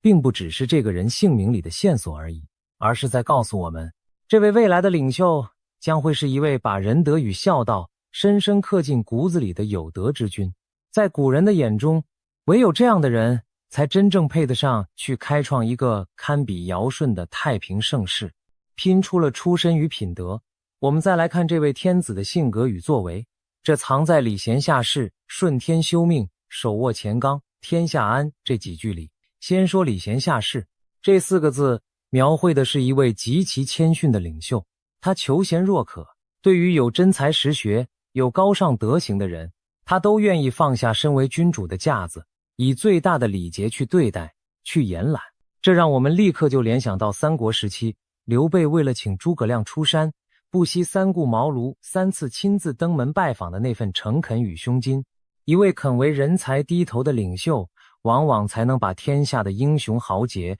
都聚拢到自己身边。而顺天修命这4个字分量就更重了，它的核心意思是，这个人的一切作为都顺应着上天的旨意，顺应着万民的心愿，他绝不会倒行逆施，绝不会违背天道人心。这就点出了一个极其关键的区别，他之所以能登上那个至高无上的位置，靠的不是权谋算计，不是强取豪夺，而是因为他恰好走在了天意与民意所共同指向的那条正道之上。也正因如此，当他真正手握乾纲，把治理天下的大权稳稳握在手中时，最终的结果被预言浓缩成了3个字：天下安。漫长的乱世到此戛然而止，饱受苦难的苍生终于可以长长的舒一口气，重新过上安稳太平的好日子。而谶语里那句半老有子，除了藏着一个巧妙的孝字之外，若是单从字面上去解，其实还透露出了这位天子一段非常具体的人生轨迹。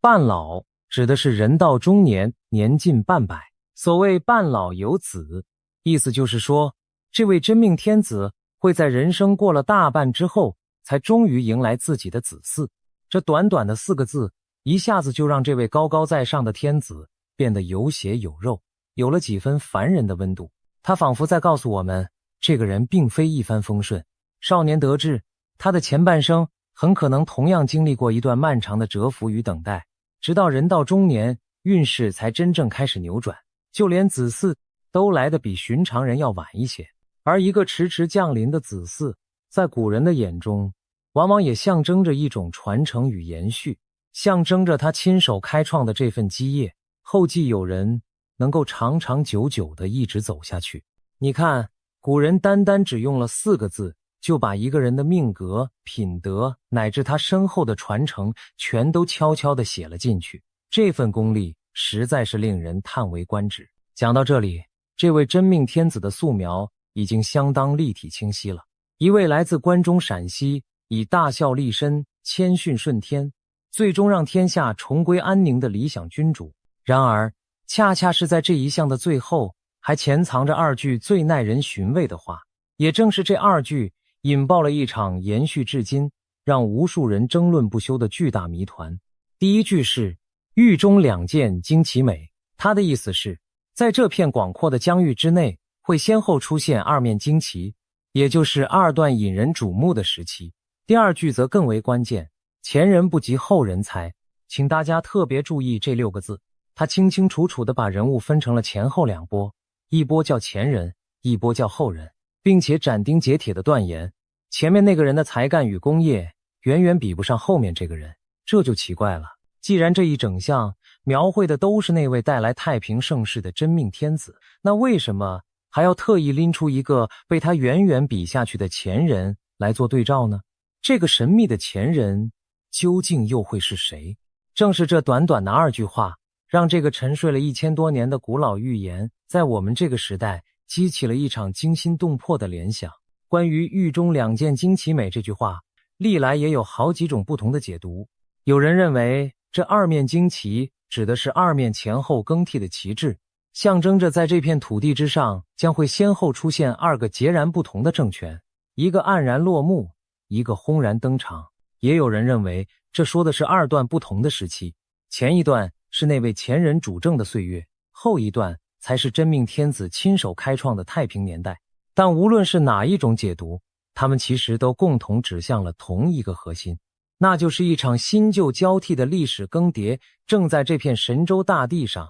悄然地发生着。而紧跟其后那句斩钉截铁的前人不及后人才，就像是预言家在这场巨大的更迭之上轻轻地盖下了一个结论性的印章，明明白白地告诉后人，这场大戏真正的主角永远是那位后来居上的人。最微妙也最敏感的地方恰恰就在这里。当研究者们把这幅素描拿到今天的现实世界里去按图索骥，寻找那位关中天子的对应人选时，一个巧合很自然地浮现了出来。如今执掌着那个庞大政权的最高领导人，恰恰也是一位地地道道的关中人。他出生在陕西渭南的富平县，正是800里秦川的核心地带。于是在过去确实曾经有极少数人提出过一种大胆的猜测，会不会这位现任的强人就是预言中所说的那位关中天子呢？然而这个说法很快就被绝大多数的解读者给否定了，而且否定的理由相当充分，也相当有说服力。第一条理由就是前人不及后人才这句话，它明明白白地暗示这个预言真正要颂扬的主角是一位后来者，一位继任者，而绝非当下这位。第二条理由则更为直接，谶语里反复强调的顺天修命，以及那个结论性的天下安，描绘的分明是一派国泰民安、海晏河清的太平盛世。可是放眼这几年的种种光景，瘟疫、动荡、经济的层层阴霾，无论怎么看都和天下安这3个字格格不入，对不上号。正因如此，越来越多的人倾向于认为这位现任的关中强人，他的角色更像是预言里那位最终被远远超越的前人，又或者说是一个承上启下，注定要过渡到下一个时代的角色。而推背图真正翘首以盼的那位真命天子，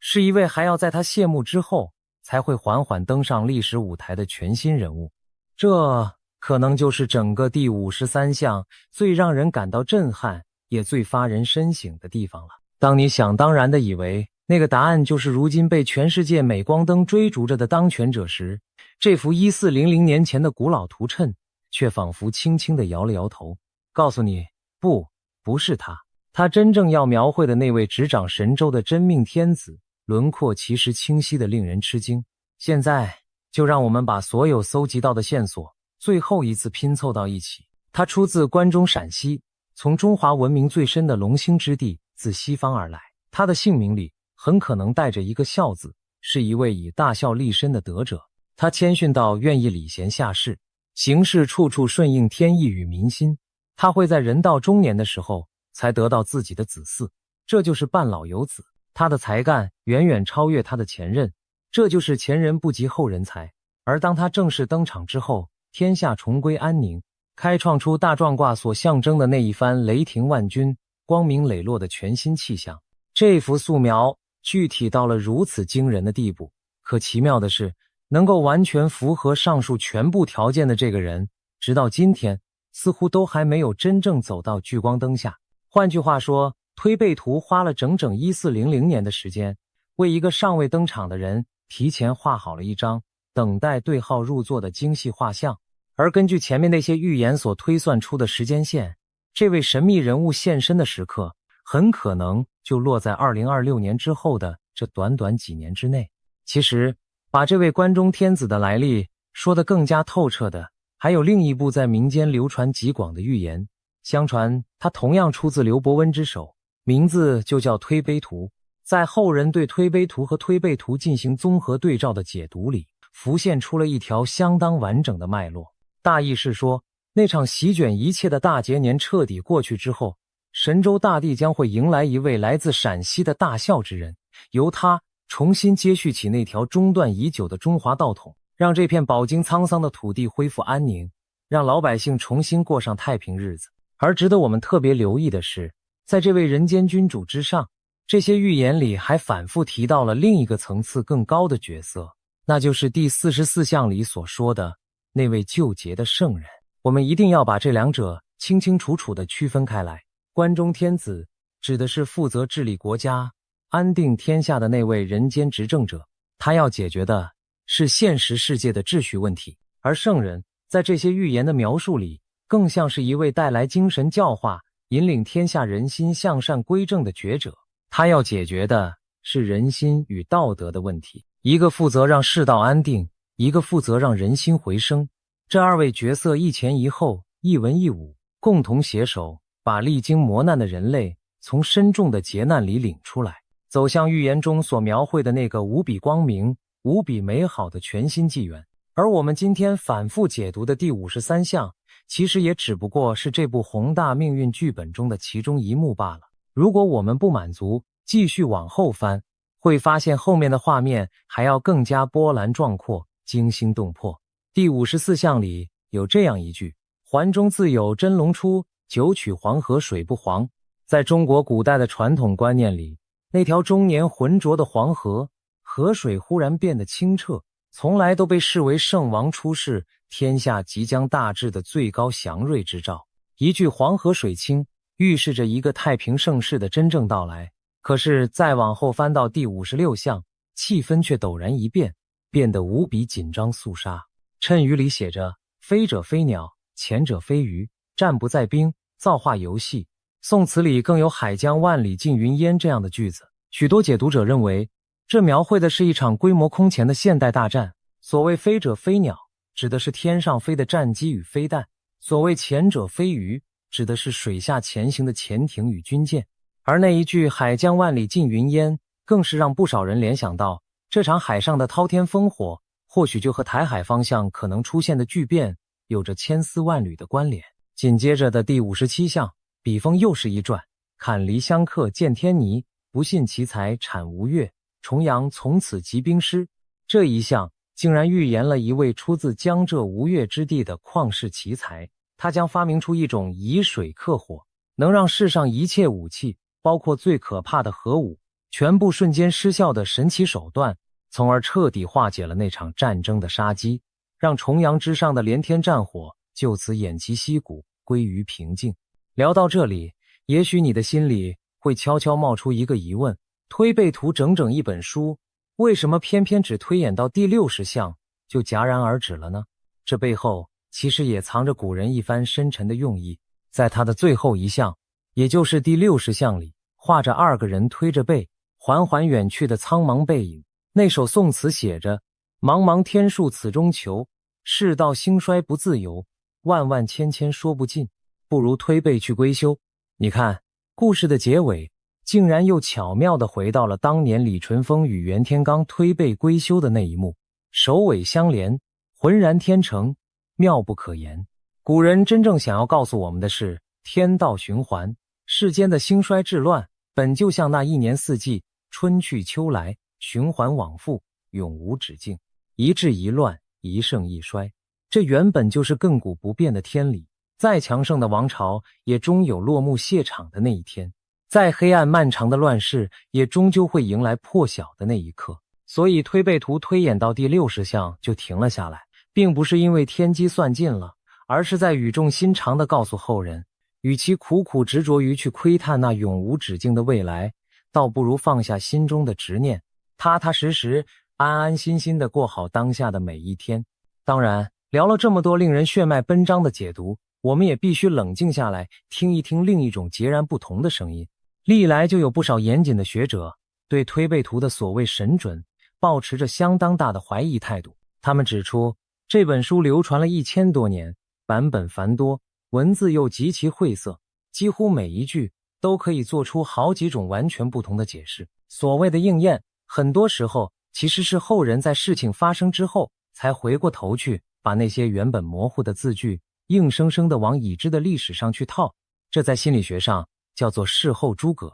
民间也戏称为马后炮。更何况历史上确实存在过大量被人篡改、增补的版本谁也不敢保证，其中没有后人故意把已经发生的事伪装成预言写了进去。这些质疑其实都非常有道理，我们不该全盘照收，把每一句话都当成铁口直断的天机。所以对于推背图这样一本奇书，最理性的态度或许是既不盲目的迷信，也不轻率的否定，而是把它当成一面映照人心的镜子，去欣赏古人那份非凡的智慧，去细细品味他背后真正想说的那句话。其实仔细想一想，推背图这本奇书之所以能够历经1400多年的漫长岁月，被历代君王严令查禁，却依然顽强地流传至今，这本身就是一个极其耐人寻味的现象。你会发现，每当一个时代陷入巨大的动荡与不安，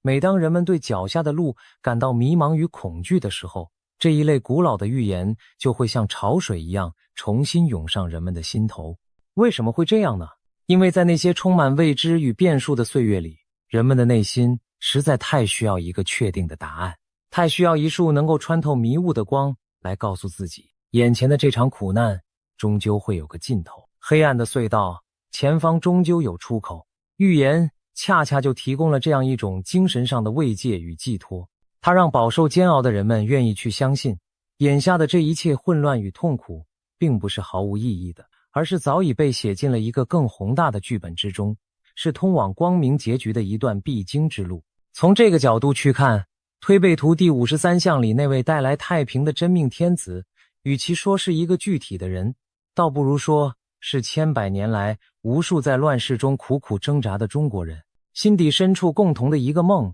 一份对于太平盛世，对于明君圣主永远不曾熄灭的集体渴望。也许这份深沉的渴望本身，才是支撑着这本天书穿越千年风雨一路流传下来的真正力量。你看，从大劫到巨变，再到关中天子的安定天下，到吴越奇才的神奇止战，最后到救劫圣人的教化人心，整部推背图的结尾竟然奇妙地串联成了一条完整而又震撼人心的命运长河。聊到这里，相信你此刻的心情或许也和我一样，既觉得不可思议，又隐隐有些怅然若失。我们不得不停下来问自己一个最根本的问题：1400年前的那2位奇人真的有办法看穿1000多年后的今天吗？这一切究竟是上天早就写好的剧本，还是我们这些后人在那些晦涩的字句里自以为是的穿凿附会呢？这个问题恐怕没有任何人能够给出一个100%确定的答案，信则有，不信则无。每个人的心里自然都有一杆属于自己的秤，而预言这种东西从来都不是用来让我们躺着空等的，它真正的价值是用来让我们思考的。它最大的意义或许并不在于那个结果是否会100%的应验。2026年的7月22日前后，整个宇宙的能量场将经历一场前所未有的剧烈翻转。多位通灵师不约而同地传达了同一个讯息，他们说在那一刻你会感觉到时间仿佛凝固了，所有人类的动作好像全部停止，不是物理上的静止，而是一种意识层面的巨大暂停，仿佛宇宙按下了重启键，新旧秩序正在你看不见的维度中剧烈剥离。你的身体可能还站在原地，但你的灵魂已经被一股巨大的力量拉往了某个全新的方向。很多人描述那种感觉就像是忽然从一场长达数十年的梦中醒来，四周的一切看起来都一样，但又好像哪里完全不同了。听起来很玄，对不对？但如果我告诉你，这件事背后有着极其严密的天象佐证，有着跨越千年的预言呼应，有着量子物理学家都无法忽视的地球频率异常数据，你还会觉得这只是无稽之谈吗？今天这支影片，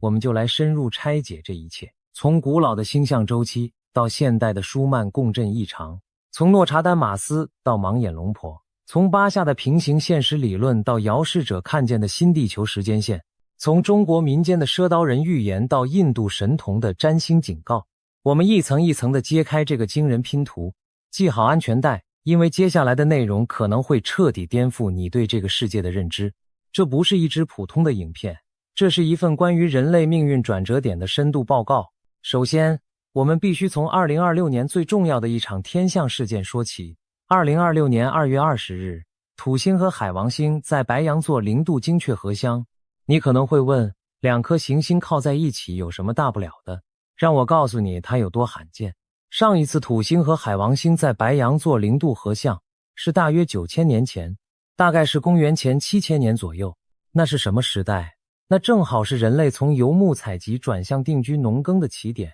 考古学家称之为新石器革命。没错，上一次这个天象出现时，人类文明的整个底层架构被彻底重写了。我们从到处流浪的猎人变成了盖房子种田的农民，从此有了村庄，有了城邦，有了文字，有了宗教，有了法律，有了阶级。我们今天所知道的一切文明形态都始于那个转折点。而这一次9000年后，我们又站在了同一个宇宙坐标上。你觉得这仅仅是巧合吗？白羊座0度在占星学中被称为世界点，它是整个黄道12宫的起始位置，就像一年的第一天，一首曲子的第一个音符代表着最纯粹的开端能量。如果你玩过塔罗牌，你会知道大阿尔卡纳的第0张牌叫愚者，那个天真无畏，脚下就是悬崖却依然往前走的旅行者。白羊座0度的能量就类似于此，站在旧世界的边缘，看似愚蠢，实则被某种超越理性的更高力量所引导。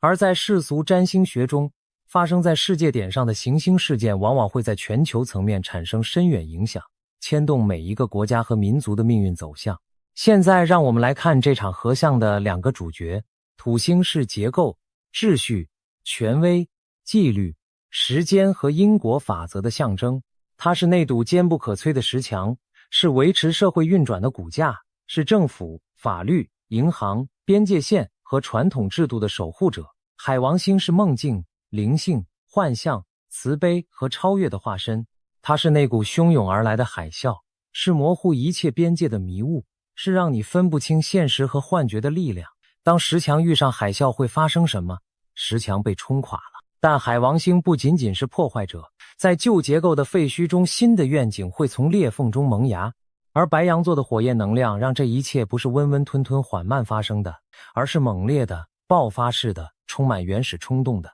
想象一下，把一桶冰水泼在烧红的铁板上，那个瞬间的蒸汽爆发，就是白羊座0度土海合相的能量质感。回顾历史，每一次土星海王星合相都伴随着世界秩序的重大转折，而且转折的方式都惊人地呼应着海王星溶解与土星重建的主题。1989年他们在摩羯座合相，柏林围墙倒塌了，一个象征了整个冷战时代的混凝土高墙不是被军队推倒的，不是被炸弹炸开的，而是被人民的意志和时代的浪潮消融掉的。苏联随后解体，一个横跨欧亚大陆的超级大国不是被战争打败的，而是被意识形态的瓦解从内部融化掉的。那就是海王星典型的力量，它不用暴力摧毁你，它让你自己从内部瓦解。1917年他们在狮子座合相，俄国革命爆发，沙皇统治终结，共产主义浪潮席卷全球。1846年的合相引发了美墨战争，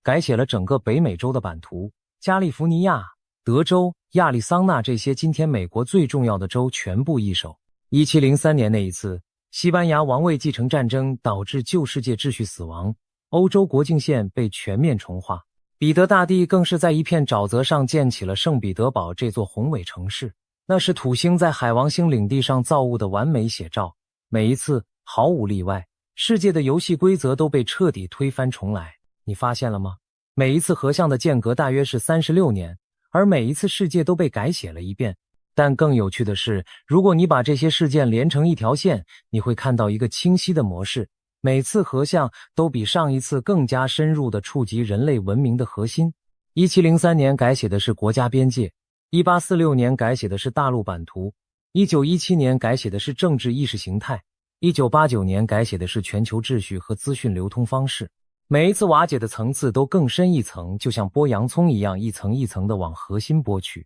那么2026年这一次会剥到哪一层？也许这一次触及的不再是外在的制度和结构，而是人类意识本身。也许这一次宇宙要重写的不是地图上的边界线，而是你脑海中关于什么是真实的定义。而2026年这一次，它发生在白羊座0度黄道的最起始点。这不仅仅是某个领域的重组，而是一切的归零重启。占星师们把它称为宇宙大重置，一个持续36年的全新周期就此展开。前一个周期始于1989年柏林围墙倒塌，那36年间全球化浪潮席卷世界，互联网和智慧手机改变了人类交流方式，金融资本主义成为主导力量，但同时也制造了前所未有的贫富差距、资讯混乱、信任危机和环境破坏。现在这个周期结束了，新的周期要求我们用白羊座的勇气去开创，用海王星的愿景去想象，用土星的纪律去落实。但在新的建立之前，旧的必须瓦解。这就是为什么最近几年世界越来越疯狂，因为一个维持了36年的老系统正在死去，而新的还没有完全成型。你正站在这两者之间的裂缝里，感受着新旧交替的巨大张力。那种焦虑感，那种世界好像哪里不对劲的直觉，不是你的幻觉，那是你的灵魂在感知一场正在发生的文明级地震。好，说完了2月的土星海王星合相这个开场大戏，现在让我们把时间轴往后推到7月。为什么7月22日前后如此关键？因为在2026年7月26日，月亮焦点轴线将从双鱼座和处女座转移到水瓶座和狮子座。月亮焦点是月球轨道与太阳黄道交叉的2个点，在占星学中，北焦点代表人类集体意识前进的方向，你可以把它想象成宇宙给人类设定的进化任务清单。南焦点代表我们需要毕业，需要放下的旧模式和旧业力。每隔18到19个月，焦点就会换一次星座，带来全新的集体命运主题，并启动一系列全新的日月食周期。你可以把每次焦点转换想象成宇宙剧院换了一部新戏码，所有人都是演员，但很多人还在按照上一部戏的剧本演出，浑然不知舞台布景已经全部换掉了。当北焦点进入水瓶座，意味着人类的演化方向将指向社群意识、科技创新、去中心化、集体解放和对更高公共利益的追求。水瓶座的核心精神是为了全体的福祉而行动，他不在乎个人的荣耀，只在乎整体的进步。而南焦点落入狮子座，则要求我们放下个人英雄主义、自我中心，对聚光灯的渴望和对权力名声的执着。简单说，就是从我到我们的巨大能量转换。上一次这个焦点配置出现是2008到2009年间，那时全球金融海啸爆发，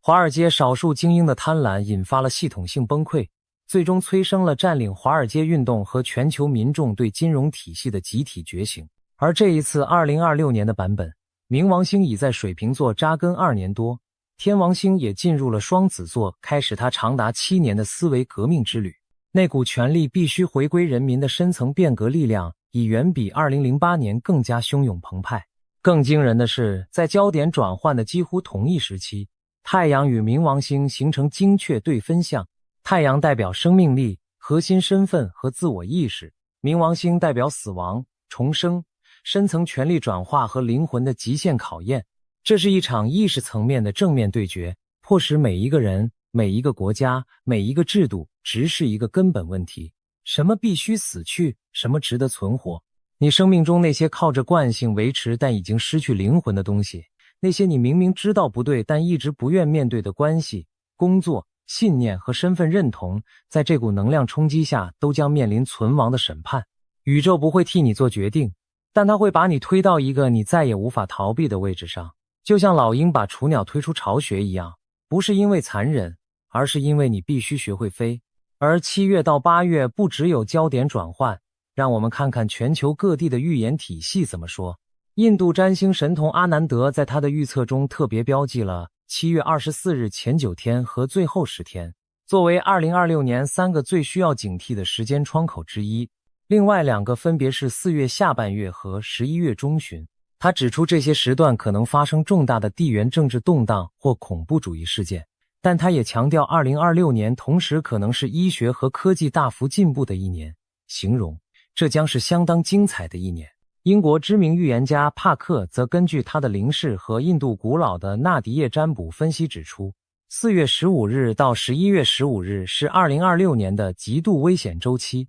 他特别提到8月12日的新月之夜是一个敏感的触发点，木星、太阳与月亮聚集在巨蟹座，形成特殊的能量构型。他甚至预言日本周边的海底火山可能喷发产生致命的毒气云，影响范围可能波及俄罗斯。而恰好在8月12日那一天，一场横跨格陵兰、冰岛和西班牙的日全食将笼罩欧洲上空，这是欧洲大陆自1999年以来的首次日全食，最长全食持续时间为2分18秒。日全食的路径从北极的冰原开始，穿越冰岛的火山地带，最后在西班牙温暖的阳光下结束。诺查丹马斯的追随者也在他的模糊诗句中寻找与这场日食的关联。虽然他的原文从未明确提到2026年，但他的诗集中充满了关于太阳被遮蔽和天空之火的意象。有解读者尝试用数字命理学的方式，将编号为26的诗句与2026年挂钩。其中一首提到巨大的蜂群将涌起，被一些人联想到社会运动或科技革命的隐喻。当然，我们必须承认诺查丹马斯写作时使用的是中世纪法语混杂拉丁文，他的措辞故意模糊不清，几乎任何重大事件都可以被套入他的诗句中。但有趣的是，他曾亲口对法国王妃说，如果1999年7月出现了某种神秘的另一种物体，恐怖大王的降临和毁灭就可以避免。400年后，人类安然度过了1999年，是预言失灵了，还是那个另一种物体真的出现了？这个谜团也许要到2026年才会逐渐浮出水面。把这些天象和预言叠加在一起看，你会发现7月下旬到8月中旬，宇宙为地球安排了一场密集轰炸式的能量冲击，焦点转换，太阳冥王星对分，木星进入狮子座，日全食接踵而至，全部挤在短短几周内。难怪通灵师们会说，在那一刻人类的集体意识场会经历一次巨大的暂停。不是世界末日，不是天塌下来了，而是宇宙在强迫你停下来，停下你惯性的奔跑，停下你自动驾驶式的生活，因为你必须在这个岔路口重新校准你的频率，决定你要走哪条路。这就像高速公路上的强制减速带，不是要阻止你前进，而是提醒你前面的路况完全不同了，你需要切换模式。说到频率，我们就不得不提一个科学界一直在默默观测但很少公开大规模讨论的现象——舒曼共振。1952年，德国物理学家温弗里德·舒曼预测了地球表面与电离层之间存在一种电磁共振，其基频约为 7.83 赫兹。这个频率后来被称为地球的心跳，它主要由全球雷暴活动驱动。每秒钟地球上大约有1000到2000场雷暴同时进行，这些雷电产生的极低频电磁波在地表和电离层之间来回反射，形成驻波，就是舒曼共振。同时它也会受到太阳风暴和地磁扰动的影响。几十年来这个基频一直相当稳定，但近年来全球各地的监测站记录到越来越频繁的异常振幅尖峰，在某些时段活跃的谐波带攀升到10到11赫兹甚至更高。监测频谱图上出现大片的亮白色区域，被观测者称为白化现象。用一个比喻来说，如果 7.83 赫兹是地球心跳的根音，那这些更高的谐波就像地球在根音之上唱出了更高8度的旋律。根音没有消失，但音乐在扩展，音域在变宽。这里有一个非常迷人的细节，你可能不知道。7.83 赫兹这个地球基频恰好落在人脑阿尔法波和西塔波的交界区域。阿尔法波大约在8到12赫兹之间，是你放松但清醒时的脑波状态，比如闭目冥想或白日梦的时候。西塔波在4到8赫兹之间，是深度冥想、灵感涌现甚至濒临入睡时的脑波状态。地球的心跳频率恰好踩在这两个意识状态的边界上，这纯粹是巧合吗？有些研究者认为，这意味着人类的大脑天生就是为了和地球的电磁场共振而设计的。我们的意识和这颗行星之间存在着一种深层的电磁共鸣关系。当地球的心跳改变时，人类的集体意识状态也会随之波动。许多敏感体质的人报告说，在舒曼共振出现异常尖峰的日子里，他们会经历严重的失眠或极度嗜睡，无法解释的头痛和太阳穴压迫感，高频耳鸣，突然的极度疲劳，莫名其妙的情绪海啸，比如突然想哭或想大叫但找不到任何合理原因，以及心悸或胸口闷胀。松果体这个负责调节褪黑激素和睡眠周期的微小腺体对磁场极其敏感。当舒曼共振剧烈波动时，松果体收不到正常的关机信号，你翻来覆去睡不着，做着极其逼真异常鲜明的梦，醒来后比睡前更累。如果你最近几个月有这些症状，但去医院检查什么问题都没有，也许答案不在你的身体里，而在地球的电磁场里。而2026年正好处于第25个太阳活动周期的极大期附近，太阳表面的黑子活动、太阳闪焰和日冕物质抛射将达到11年周期中的峰值。这些太阳事件会直接冲击地球电离层和磁场，改变舒曼共振的腔体结构，使其产生更剧烈、更频繁的震荡。历史上最著名的太阳风暴事件是1859年的卡灵顿事件。那场超级太阳风暴导致全球电报系统瘫痪，操作员被电击电报纸自燃。如果同等级事件在今天发生，全球电力网络可能大面积瘫痪持续数月，通讯卫星可能报废， GPS 导航可能失效，互联网可能断线数周。想象一下，全世界同时停电停网，所有人类的动作是不是就真的全部停止了？所以当通灵师们用灵性语言描述7月22日的暂停时，也许他们看到的和科学家担心的太阳风暴场景说的是同一件事，只是用了不同的语言。一个用的是灵魂的语言，一个用的是数据的语言，但他们可能指向同一个现象。让我们再想得更深一层，如果太阳极大期的猛烈闪焰冲击地球磁场，而地球磁场的变化通过舒曼共振直接影响人类的脑波和意识状态，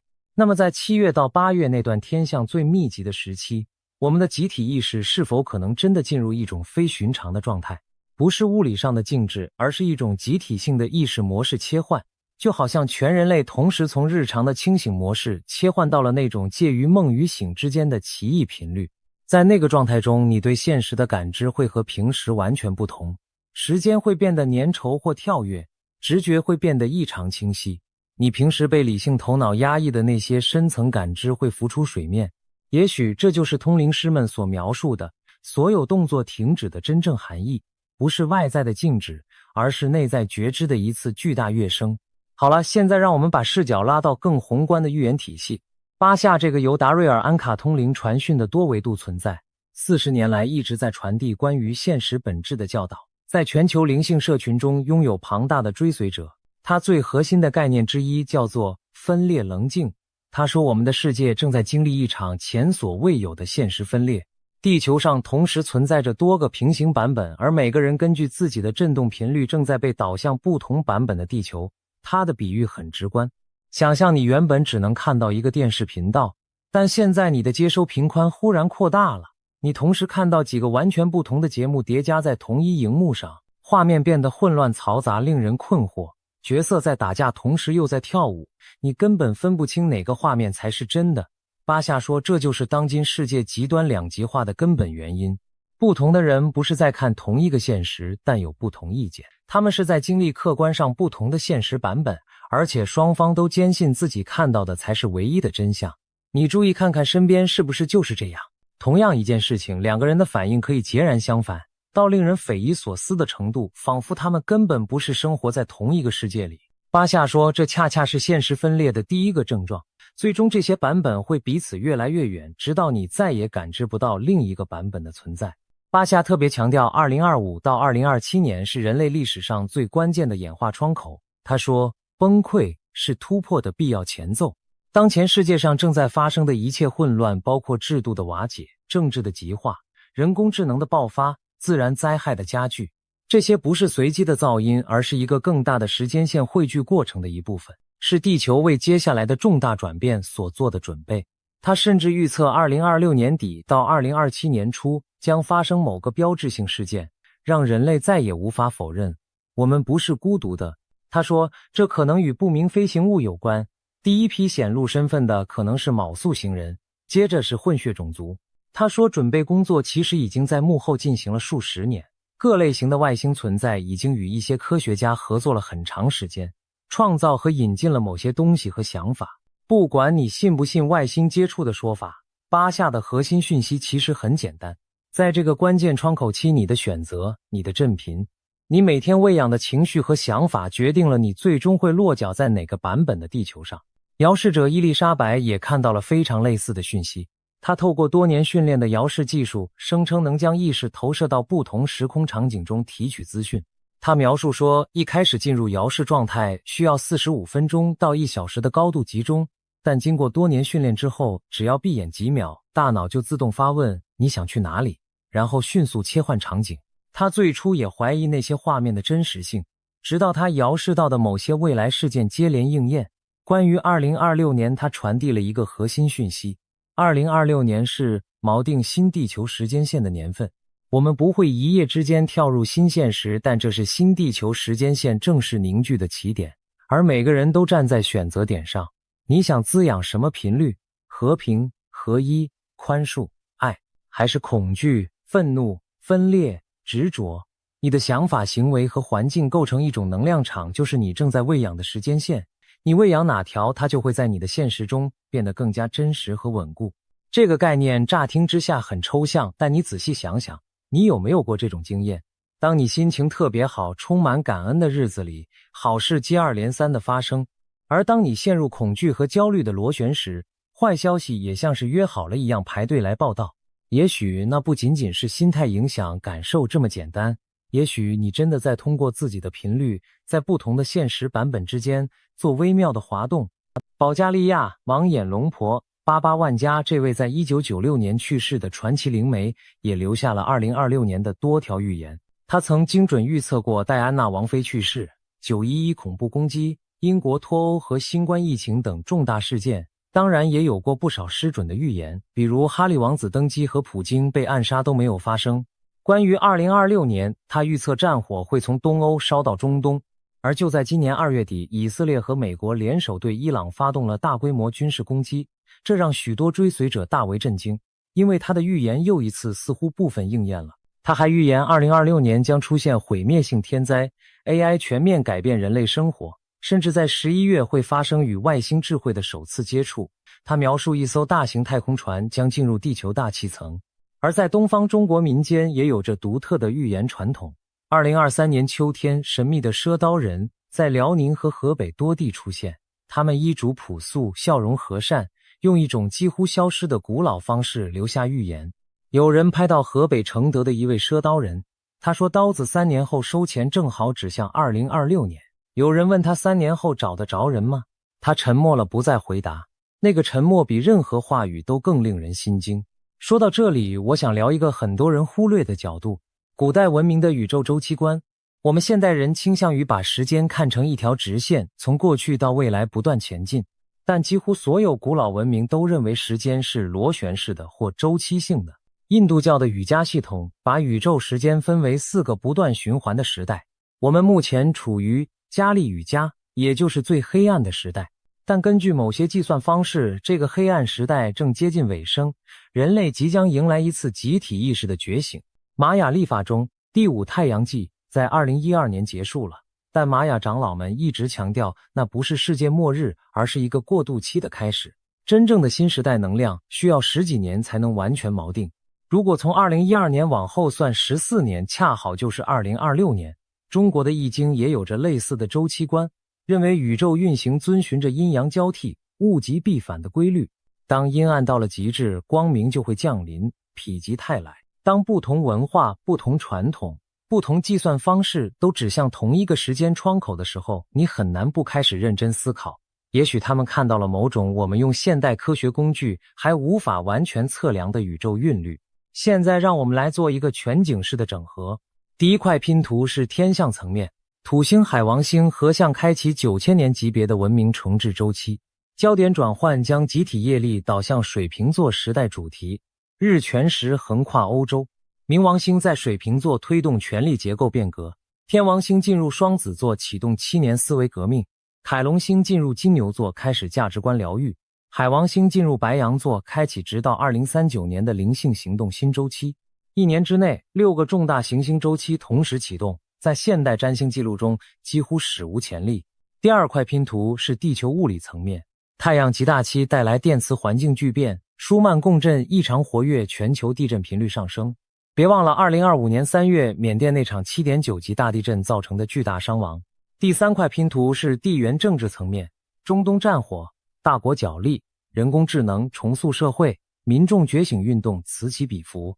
第四块拼图是意识觉醒层面，越来越多人经历直觉增强、预知梦、共识性事件灵性社群，从分散个体凝聚为集体意识场。第5块拼图是古代智慧层面，印度瑜伽周期、玛雅历法过渡期，中国赊刀人预言和周易的物极必反规律全部在这个时间窗口交汇。5块拼图叠在一起，一幅惊人的画面浮现出来，它不是末日，它是产房。旧世界正在经历最剧烈的产前阵痛，新地球正在被推挤出产道，而7月22日前后可能就是阵痛达到顶峰，同时也最接近新生的时刻。数字命理学也支持这判断。2026年是宇宙一年，2+0+2+6等于10，1+0等于1。1代表全新开始、内在力量、灵性主权和自我领导，这个频率正在支持每一个愿意觉醒的灵魂。但这里有一个非常重要的提醒，也是我今天最想传达的核心讯息。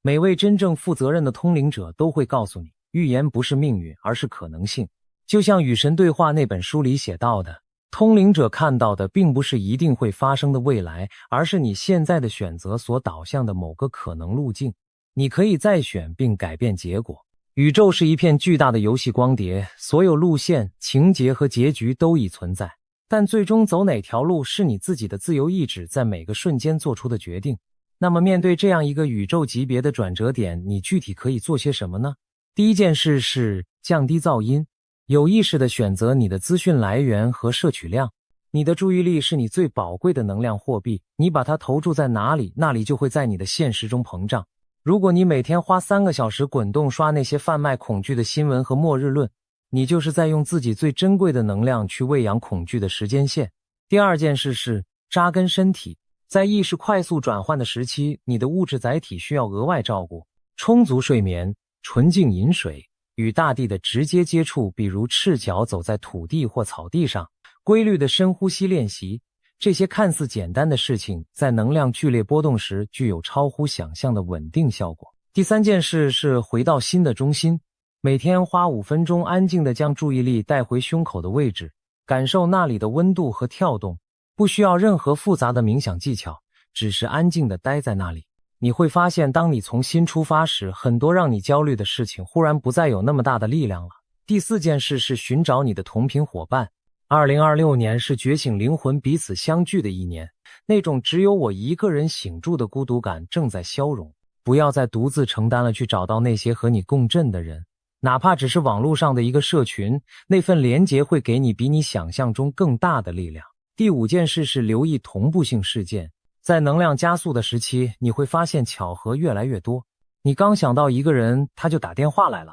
你刚对某个话题产生好奇，就在书店偶然看到一本相关的书；你在梦里看到的场景，第2天就在现实中出现了。这些不是巧合，这是宇宙在和你沟通的方式，它在告诉你，你走对了方向，继续前进。当你开始留意和感谢这些同步性的时候，它们会出现得越来越频繁，仿佛宇宙在回应你的注意力，用更多的线索来引导你。有些人称这种状态为心流，有些人称之为与道合一，巴夏称之为跟随你最高的兴奋。不管你怎么称呼它，那种当你的选择和宇宙的韵律同步时产生的轻松流畅感，就是你走在新地球时间线上的最佳证据。说到人工智能，我想特别展开聊一下，因为这可能是2026年除了天象之外最具宇宙剧本感的一条线索。你有没有想过，为什么人工智能恰好在这个时间节点上爆发？为什么不是10年前，不是10年后，偏偏就是在土星、海王星合相，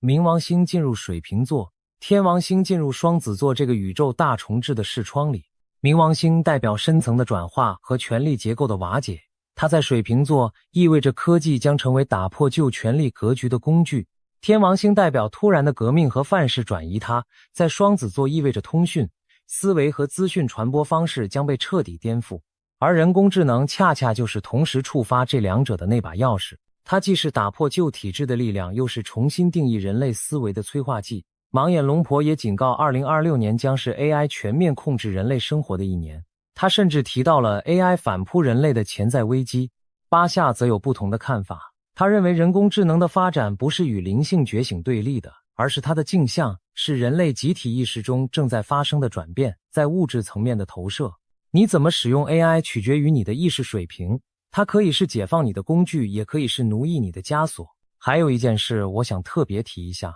就是梦境。如果你有留意的话，你可能会发现，从2025年下半年开始，很多人的梦变得越来越鲜明，越来越离奇，越来越像是在另一个世界的真实经历，而不是普通的梦。有人梦到大规模的天灾场景，有人梦到自己在一个完全陌生但又莫名熟悉的世界中醒来，有人梦到已故的亲人带着某种紧急的讯息出现，有人梦到自己在上课或接受某种训练，但醒来后完全想不起内容，只留下一种学到了很重要的东西的感觉。从占星学的角度，这和海王星进入白羊座有直接的关联。海王星是梦境的主宰，当它进入新的星座时，人类集体的梦境品质和内容都会发生显著的变化。而从舒曼共振的角度，在电磁环境剧烈波动的时期，人脑更容易进入西塔波状态，而西塔波正是深层梦境和灵感下载的频率。所以如果你的梦最近变得特别奇怪，请不要忽略它们。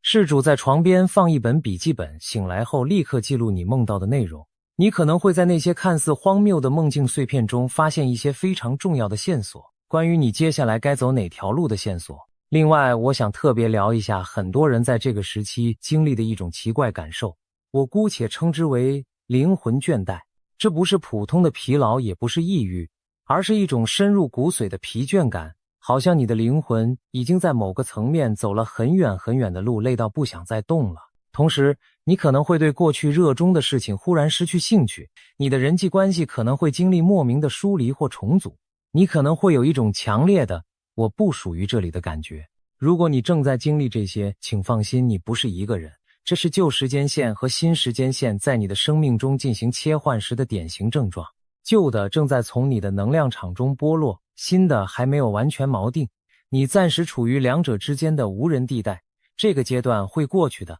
你需要做的就是允许它发生，不要抗拒，不要急着用旧的方式去填补那个空虚感。那个空虚不是需要被填满的洞，而是一个正在为新事物腾出空间的容器。想象一下9000年前的那个清晨，某个远古的人类拿起一粒种子，第一次把它埋进土里，然后站在那里等待。他不知道会长出什么，他的同伴可能觉得他疯了，好好的去打猎不好吗？为什么要把食物埋进土里？但就是那个看似愚蠢的动作，开启了农业，开启了文明，开启了一切。他不知道自己正站在一个9000年周期的起点上，不知道他那个小小的举动会改变整个物种的命运。他只是跟随了某种内在的直觉，某种他自己都说不清楚的冲动。9000年后的今天，在同一个宇宙坐标上，你又被邀请做出一个同等量级的选择，而你比他幸运得多，因为你有了语言，有了知识，有了全球互联的通讯网络，有了数千年的智慧传承，来帮助你理解正在发生什么。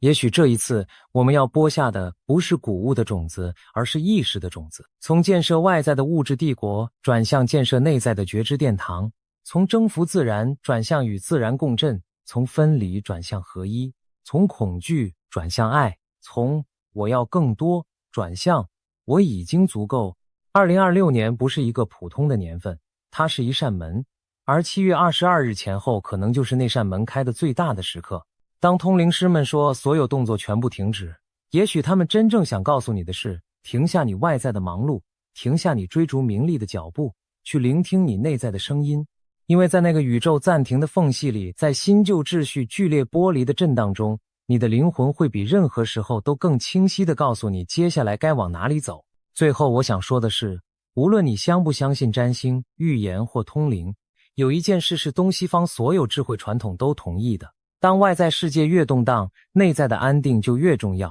当系统越崩塌，个人的清明就越珍贵。当集体越疯狂，你的一份宁静就越有力量。佛陀在菩提树下悟道时，外面的世界照样在打仗；耶稣传道时，罗马帝国照样在压迫；老子写下《道德经》时，天下照样在纷乱。从来就不存在一个等世界和平了再来修行的时机。恰恰相反，正是因为世界动荡，你的内在觉醒才更有价值。一盏灯在白天亮不亮没什么差别，但在黑夜中，一盏灯就足以照亮一整条路。2026年也许就是那个最黑暗，同时也最需要光的时刻，而你就是那盏灯。你不需要相信任何预言，你只需要相信一件事：你来到这个时代不是偶然的，你选择在这个时刻存在于地球上，是因为你有某种东西要去经历，去贡献，去完成。也许那就是你的灵魂在很久很久以前就已经知道的事情。而现在在2026年这个9000年一遇的宇宙坐标上，宇宙轻轻拍了拍你的肩膀说，嘿，该醒来了。新地球的时间线正在凝聚，而你是它的一部分。你准备好了吗？